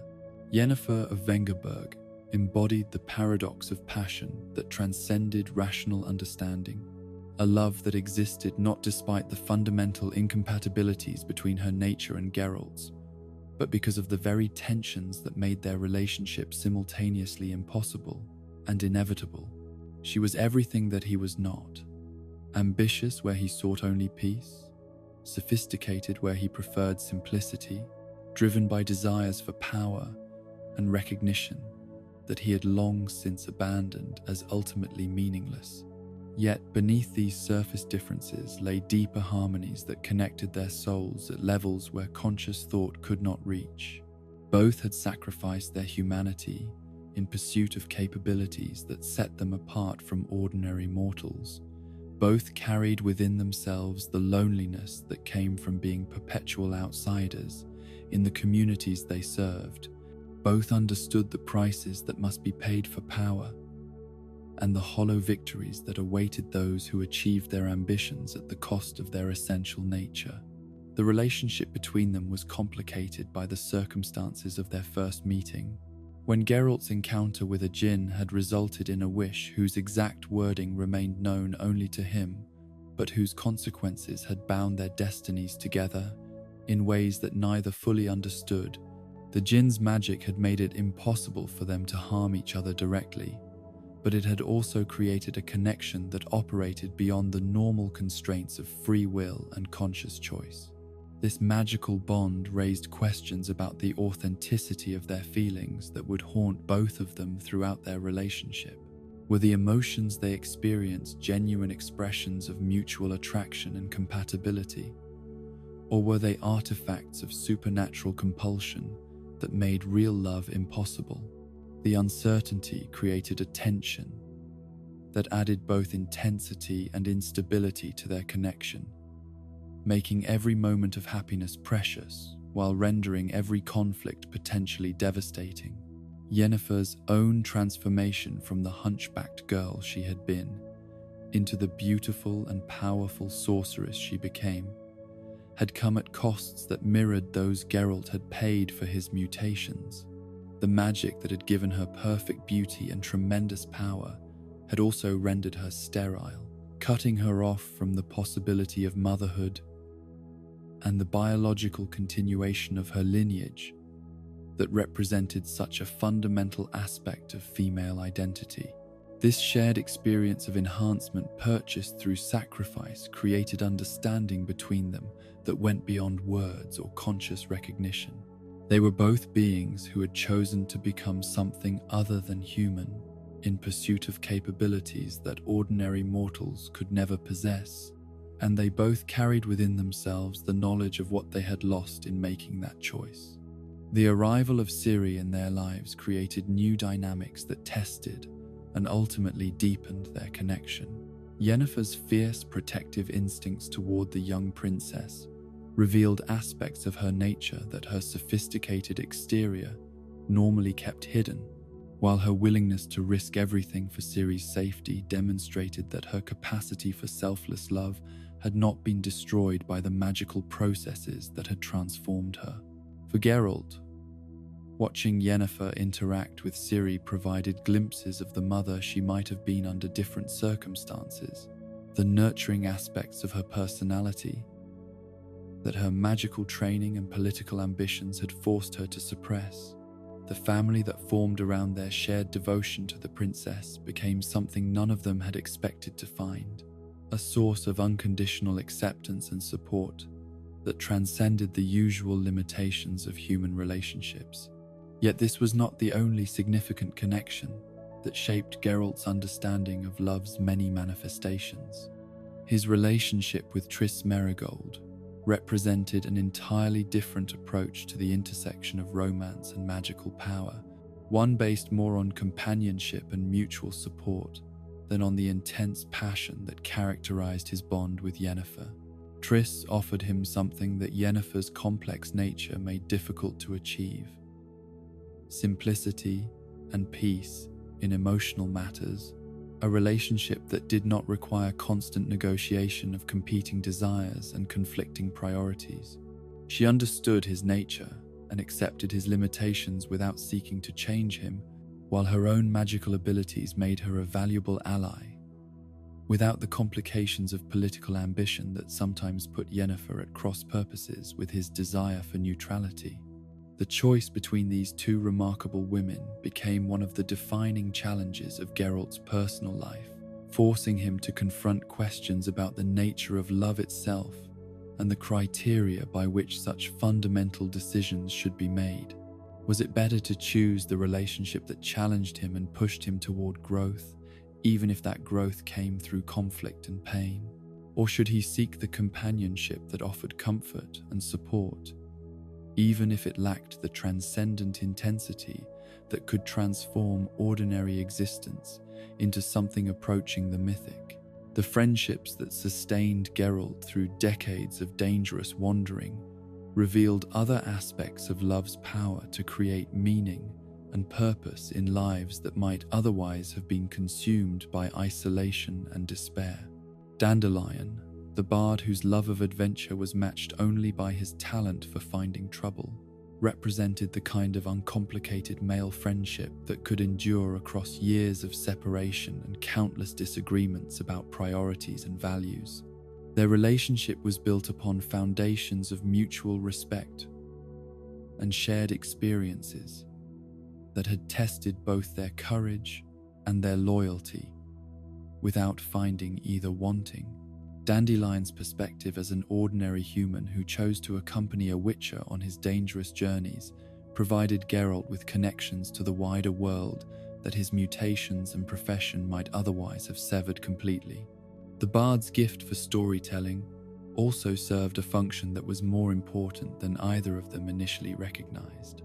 It transformed Geralt's solitary struggles against the forces of darkness into narratives that could inspire others and preserve the memory of sacrifices that might otherwise have been forgotten.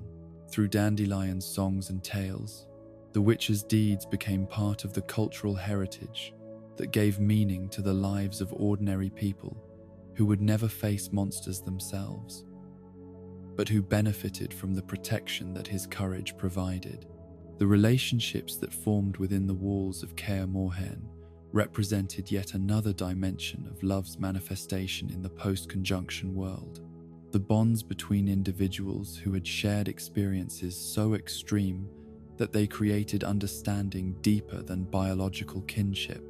The witchers who gathered at the ancient fortress during the winter months, when travel became too dangerous for their solitary profession, were united by transformations that set them apart from the rest of humanity, while creating connections between them that ordinary people could never fully comprehend. Vesemir, the oldest surviving witcher, and the closest thing to a father figure that any of them had known since their recruitment as children, embodied the wisdom that came from accepting the burdens of leadership and responsibility without allowing them to destroy his essential humanity. His relationships with the younger witchers reflected the complex dynamics of a family that had been forged through shared trauma rather than biological connection. The love he felt for his charges was expressed through training that prepared them for dangers they would face alone, through guidance that helped them maintain their moral compass, despite the isolation and violence that characterized their profession, and through the simple provision of a place where they could return when the weight of their solitary existence became too heavy to bear without human connection. The bonds between the younger witches themselves demonstrated love's ability to flourish, even in circumstances that might have seemed designed to prevent emotional attachment. Lambert's cynicism and Eskel's steady reliability created a dynamic that allowed both to express aspects of their personalities that their professional roles normally required them to suppress, while their shared understanding of the prices paid for their enhanced abilities created sympathy that needed no words to communicate its depth. When Ciri arrived at Kaer Morhen, she became not only Geralt's child surprise, but the adopted daughter of an entire community that had never expected to experience the joys and challenges of raising a child. Her presence transformed the fortress from a gathering place for solitary warriors into something resembling a genuine family, complete with the conflicts and compromises that such relationships inevitably required. The training she received went far beyond the combat techniques and survival skills that were the traditional focus of Witcher education to encompass lessons about love itself, how to form healthy relationships despite a supernatural heritage that set her apart from normal human society, how to balance personal desires with the responsibilities that came with her unique abilities, how to find meaning in sacrifice without allowing it to destroy her capacity for joy and wonder. Perhaps most importantly, she learned through observation and experience that love could take many forms while remaining fundamentally the same force.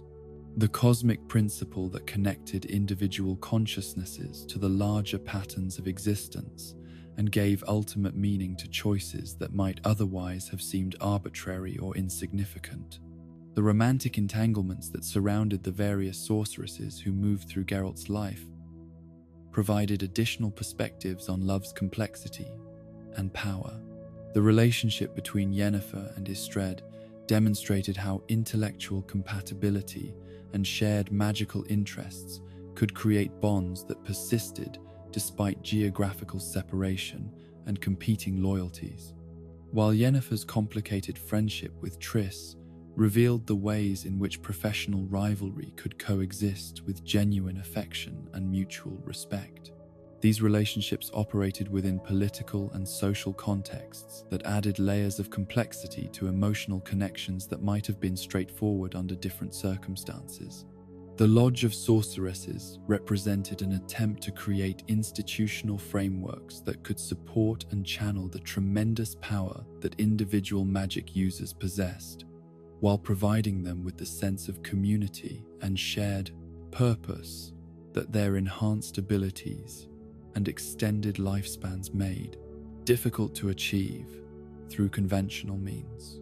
Yet even these sophisticated arrangements could not entirely eliminate the tensions between personal desires and professional obligations, between individual happiness and collective responsibility, that characterized life in a world where a single person's choices could have consequences that affected entire kingdoms and potentially the fate of reality itself. The tragic love story between Geralt and the various women who entered his life reflected broader themes about the nature of destiny and free will. In a universe where prophecy had become a practical tool for understanding future possibilities, were the relationships that formed around him genuine expressions of mutual attraction and compatibility, or were they inevitable consequences of cosmic patterns that used individual choices to serve purposes beyond personal happiness? The question became particularly poignant in the context of Ciri's development and the growing recognition of her role in the ancient prophecies that spoke of salvation through elder blood. As her surrogate father and primary protector, Geralt found himself caught between his desire to give her the normal childhood she had never been able to experience and the necessity of preparing her for responsibilities that would ultimately require her to sacrifice everything familiar and comfortable in service of causes that transcended individual désir. The love he felt for her made it almost impossible to accept that her destiny might require her to leave everything she cared about behind. Yet his understanding of the cosmic forces at work made it equally impossible to ignore the signs that pointed toward exactly such a sacrifice. The parent's dilemma of knowing when to hold on and when to let go became a question of universal significance when the child in question held the key to the survival of existence itself. The relationships between the various members of this extended family created networks of mutual obligation and support that demonstrated love's power to create meaning, even in circumstances that might have seemed designed to prevent happiness. Each connection reinforced and was reinforced by the others, creating a web of interdependence that made the whole stronger than any individual component could have been alone. Yet these same connections also created vulnerabilities that could be exploited by enemies who understood the power of emotional attachment to influence behavior in ways that direct threats or logical arguments could never achieve. The Wild Hunt's pursuit of Ciri was made more effective by their understanding that she could be manipulated through threats to those she cared about. While various political factions sought to use Geralt's love for his surrogate daughter to force him to abandon his traditional neutrality, the recognition that love could be both the greatest source of strength and the greatest vulnerability led to some of the most difficult decisions that any of them would ever face. How much risk was acceptable when the safety of loved ones was at stake? When did loyalty to individuals become betrayal of larger principles? How could personal happiness be balanced against cosmic responsibility when the two seemed to be in direct conflict? These questions took on particular urgency as the prophecies surrounding Ciri began to manifest, and it became clear that her role in the approaching crisis would require not only tremendous personal sacrifice, but also the acceptance of loss by those who loved her. The price of saving the world would be measured not only in individual heroism, but in the breaking of bonds that had given meaning to all their lives. Yet even in the face of such devastating choices, The relationships that had formed around shared struggle and mutual devotion proved to possess a resilience that transcended physical separation or even death itself. Love revealed itself to be not merely an emotion or a biological drive, but a fundamental aspect of consciousness that could endure beyond the dissolution of the physical forms through which it was typically expressed. In a world where magic had made the impossible commonplace, and where the barriers between different states of existence had become permeable, love emerged as perhaps the most powerful force of all, the cosmic principle that gave meaning to choice, purpose to sacrifice, and hope to even the most desperate circumstances. It was the thread that connected individual stories to the greater narrative of existence, the force that transformed random events into meaningful patterns, the light that illuminated the path through darkness toward whatever form of salvation might be possible in a universe where nothing was certain except the power of connection to transcend every limitation that reality might impose. As we drift toward the peaceful shores of sleep, let your heart rest in the knowledge that love, in all its myriad forms, remains the strongest force in any universe. The golden thread that weaves meaning into the vast tapestry of existence and gives each individual story its place in the greater pattern that connects all things across space and time and the infinite reaches of possibility itself.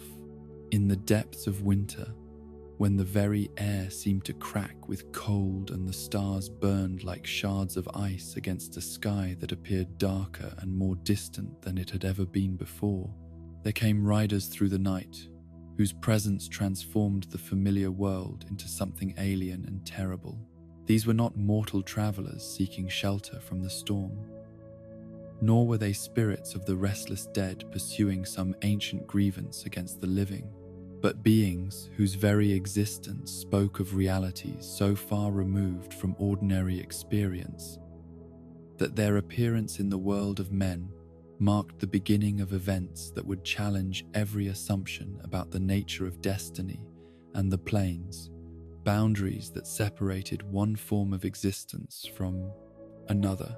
The wild hunt had returned to the world from which their ancestors had been banished so many centuries ago, and with their coming, the comfortable certainties that had governed life on the continent began to crumble like ancient parchment exposed to flame.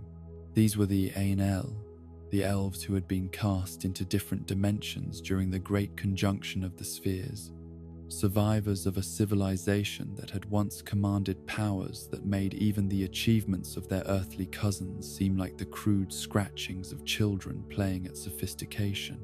Yet the beings who rode the winter winds were no longer the proud and noble people who had once sailed between the stars as easily as crossing a room, whose cities had been marvels of crystal and light that existed in harmony with forces that transcended the merely physical. The centuries of exile in a dying world had transformed them into something darker and more desperate. Their original nobility, twisted by necessity and desperation into forms that bore only the faintest resemblance to what they had once been. Their homeland, that distant dimension where they had ruled as gods among lesser beings, was slowly succumbing to the white frost that Ithlin's prophecies had foretold would eventually consume all realities. The cosmic winter that had begun as a distant threat affecting only the outermost regions of their domain had gradually spread inward, consuming world after world in an inexorable advance that no amount of power or knowledge seemed capable of halting or even slowing.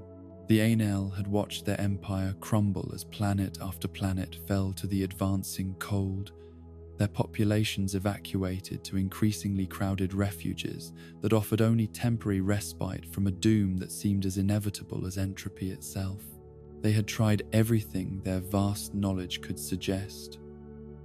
Barriers of pure energy that the frost consumed, like morning mist, temporal manipulations that only delayed the inevitable advance, even attempts to flee to other dimensions that proved futile when they discovered that the cosmic winter was spreading through the entire network of interconnected realities.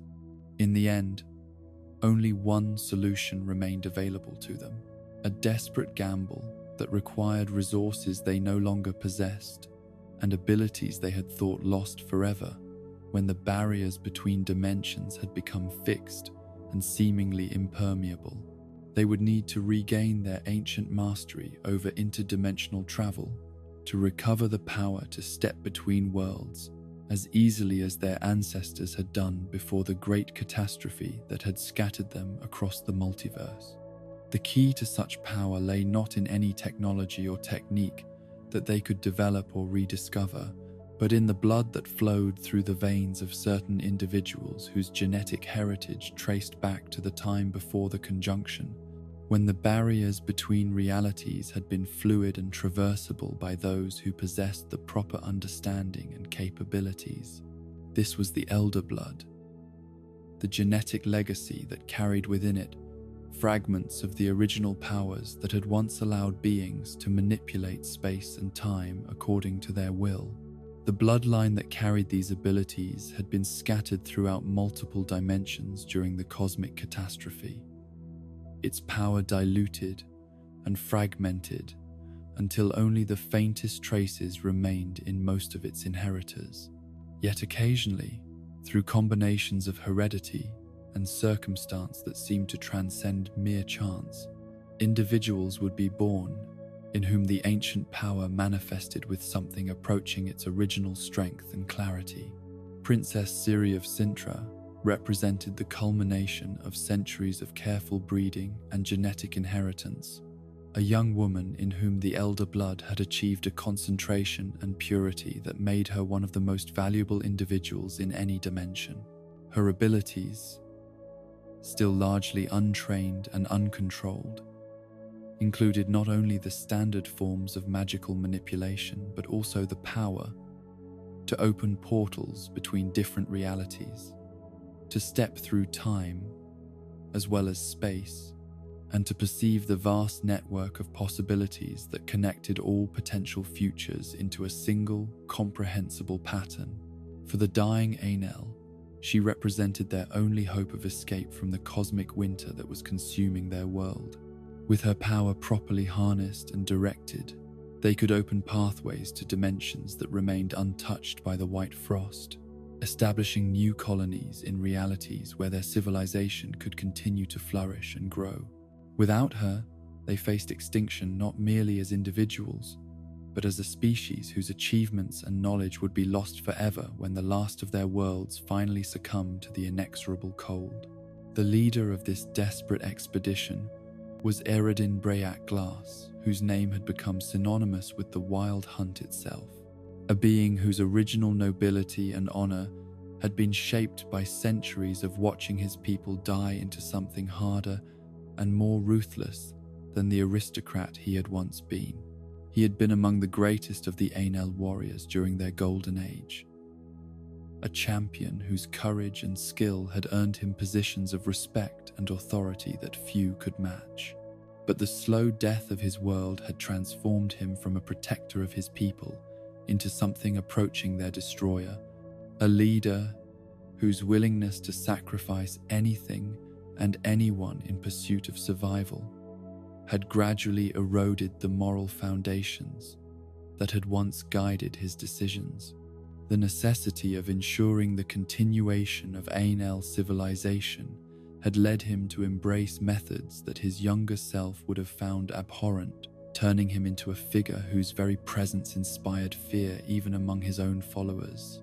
The riders who accompanied him on this desperate mission were similarly transformed, warriors and nobles who had once embodied the finest qualities of their ancient race, but whose essential nature had been warped by the impossible choices that their situation forced upon them.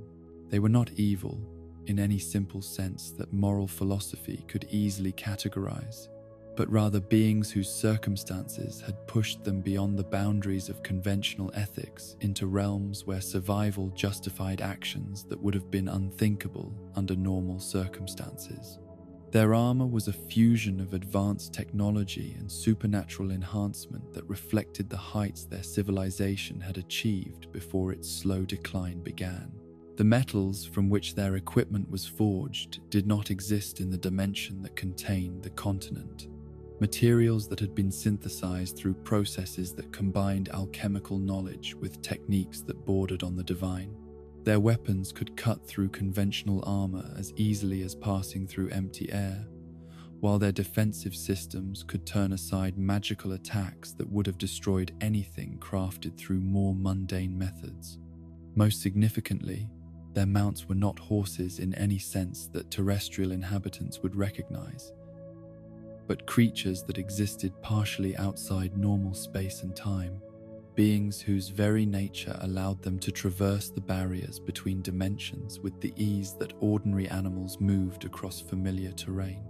These phantom steeds could run through the air as easily as across solid ground, their hoofbeats creating trails of frost and shadow that marked their passage long after the riders themselves had vanished into whatever realm they chose to inhabit. The magical abilities that the Wild Hunt commanded were unlike anything that conventional practitioners could achieve through normal training and study. Their techniques drew upon power sources that had been developed in dimensions where different natural laws applied, methods that could produce effects that seemed impossible, even by the standards of a world where magic was commonplace. They could manipulate weather patterns across vast areas, creating winter storms that lasted for weeks and covered territories the size of entire kingdoms. More disturbing still was their mastery of psychological manipulation, their ability to invade the dreams and thoughts of their intended victims in ways that made resistance almost impossible. They could plant suggestions and compulsions so subtle that their targets never realized they were being influenced, turning allies into enemies and creating conflicts that served the hunt's purposes while appearing to be natural developments of existing tensions. Their pursuit of Ciri represented not merely a hunt for a single individual, but a campaign that would determine the ultimate fate of entire civilizations. If they succeeded in capturing her and harnessing her elder blood abilities for their own purposes, they would gain the power to preserve their people and their culture at the cost of abandoning everyone else to whatever doom awaited when the White Frost finally reached the dimension that contained the continent. Yet their methods revealed the extent to which their desperation had corrupted their original noble purposes. Rather than approaching Ciri as potential allies seeking cooperation in the face of mutual threat, they chose to pursue her as prey to be captured and enslaved. Their techniques designed to break her will and force her compliance, rather than earning her willing assistance through honest negotiation and shared understanding. This approach reflected not merely arrogance or casual cruelty, but a fundamental transformation in their understanding of morality and justice. The centuries of watching their civilization die had convinced them that their survival justified any action, no matter how destructive its consequences might be for others. They had become beings who genuinely believed that their superior knowledge and capabilities gave them the right to treat other intelligent beings as resources to be exploited rather than equals to be respected. The terror that their appearance inspired among the populations of the continent was not merely superstitious fear of the unknown, but rational recognition of the genuine threat they represented. Their power exceeded anything that local magical practitioners or military forces could hope to match, while their willingness to cause collateral damage in pursuit of their goals made them incredibly dangerous to anyone who happened to be in their vicinity when they decided to take action. The folklore that had grown up around their previous appearances in the world reflected both the reality of their capabilities and the psychological impact of encountering beings whose very existence challenged fundamental assumptions about the nature of power and purpose. They were described as harbingers of doom whose arrival presaged disasters that would affect entire regions, spectral warriors whose touch could freeze the soul as well as the body, hunters who pursued their quarry across multiple lifetimes until their prey was finally brought to bay. Yet beneath these supernatural fears lay more practical concerns about what their presence meant for the delicate balance of power that had developed on the continent over the centuries. The Wild Hunt represented forces that operated according to principles completely different from the political and military frameworks that governed relationships between conventional kingdoms and empires. They could not be negotiated with through traditional diplomatic channels, could not be deterred through shows of force that might intimidate ordinary enemies, and could not be satisfied through the kind of territorial or economic concessions that typically ended conflicts between mortal powers. Their goals were simultaneously too grand and too narrow to fit within the normal categories of political ambition. They sought not conquest or wealth or glory, but the preservation of their entire species and civilization, a purpose that made them both more noble and more dangerous than conventional conquerors who fought for personal gain or national advantage. The responses that their presence inspired among the various factions and organizations of the continent revealed the limitations of political systems that had been designed to handle threats that remained within comprehensible human parameters. Kings and emperors discovered that their armies and magical advisors were inadequate to deal with enemies whose capabilities transcended every category of opposition they had previously encountered. The witchers, whose profession had been created specifically to deal with supernatural threats that exceeded normal human ability to comprehend or combat, found themselves facing opponents whose power and knowledge made even their enhanced abilities seem inadequate. The Wild Hunt represented the kind of cosmic-scale threat that the founders of the Witcher schools had never imagined when they developed their training methods and equipment specifications. Even the sorceresses and other magical practitioners who possessed abilities that surpassed those of ordinary mortals discovered that their techniques were insufficient when applied against enemies who had developed their arts in dimensions where different natural laws applied. The elemental magic that seemed so powerful when used against conventional opponents proved to have little effect on beings whose existence was only partially anchored in physical reality. The psychological impact of the Wild Hunt's presence extended far beyond their immediate targets to affect entire populations who had grown comfortable with the assumption that the supernatural threats they faced were manageable through established methods and institutions. The appearance of enemies who operated on scales that dwarfed everything in local experience forced a recognition that the continent's inhabitants were far more vulnerable than they had realized. This vulnerability was not merely military or magical, but existential, touching upon fundamental questions about the nature of identity and continuity in a universe where cosmic forces could reshape entire realities without regard for the preferences or rights of the beings who inhabited them. The Wild Hunt served as a reminder that the stability and security that had characterized life on the continent for generations was not a permanent achievement, but a temporary condition that could be swept away by forces whose origins, motivations remained beyond local comprehension. The cultural and psychological adaptations that different communities developed in response to this threat revealed both the resilience and the limitations of human societies when confronted with challenges that exceeded their previous experience. Some groups responded with desperate attempts to increase their military capabilities, pouring resources into the development of new weapons and defensive strategies that might prove effective against interdimensional invaders. Others turned to religious and spiritual practices, seeking protection through prayer and ritual from forces they could not understand well enough to combat through conventional means. The revival of ancient cults and the emergence of new prophetic movements reflected the human need to find meaning and hope in circumstances that seemed to offer little basis for optimism. Still, others attempted to adapt through diplomatic and political means, seeking to identify potential allies or negotiating positions that might allow them to survive, regardless of which side ultimately prevailed in the cosmic conflict that was developing around them. These efforts were largely futile, given the fundamental incompatibility between the Wild Hunt's goals and the continued existence of the continent's current inhabitants, but they represented understandable attempts to apply familiar problem-solving techniques to unprecedented challenges.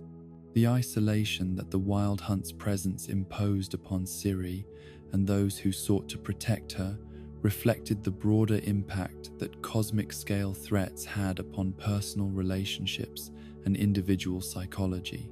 The knowledge that interdimensional forces were seeking to capture and exploit her made it impossible for her to maintain normal social connections or to pursue the kind of personal development that would have been natural for someone of Herr Arger under different circumstances.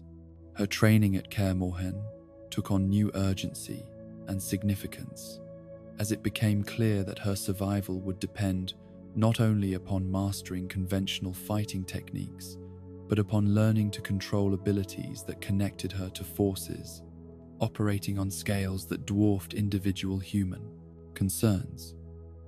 The Witchers who served as her teachers found themselves preparing her for challenges that exceeded anything in their own experience, drawing upon knowledge and techniques that had never been intended for use against enemies of such power and sophistication.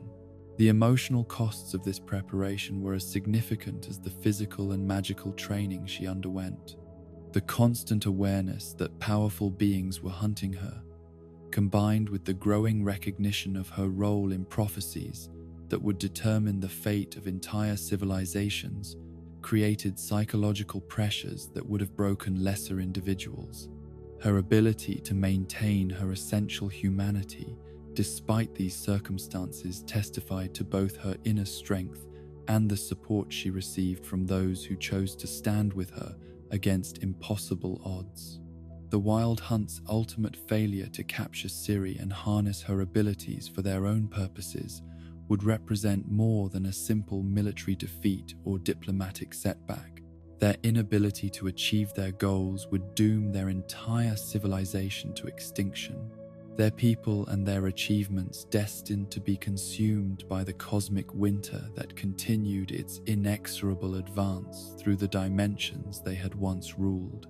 Yet, their story also served as a cautionary tale about the dangers of desperation and the ways in which even the most noble intentions could be corrupted by circumstances that pushed individuals and entire civilizations beyond the boundaries of conventional morality. The Wild Hunt had begun as heroes seeking to preserve everything they held dear, but their methods had transformed them into something approaching the very forces of destruction they sought to escape.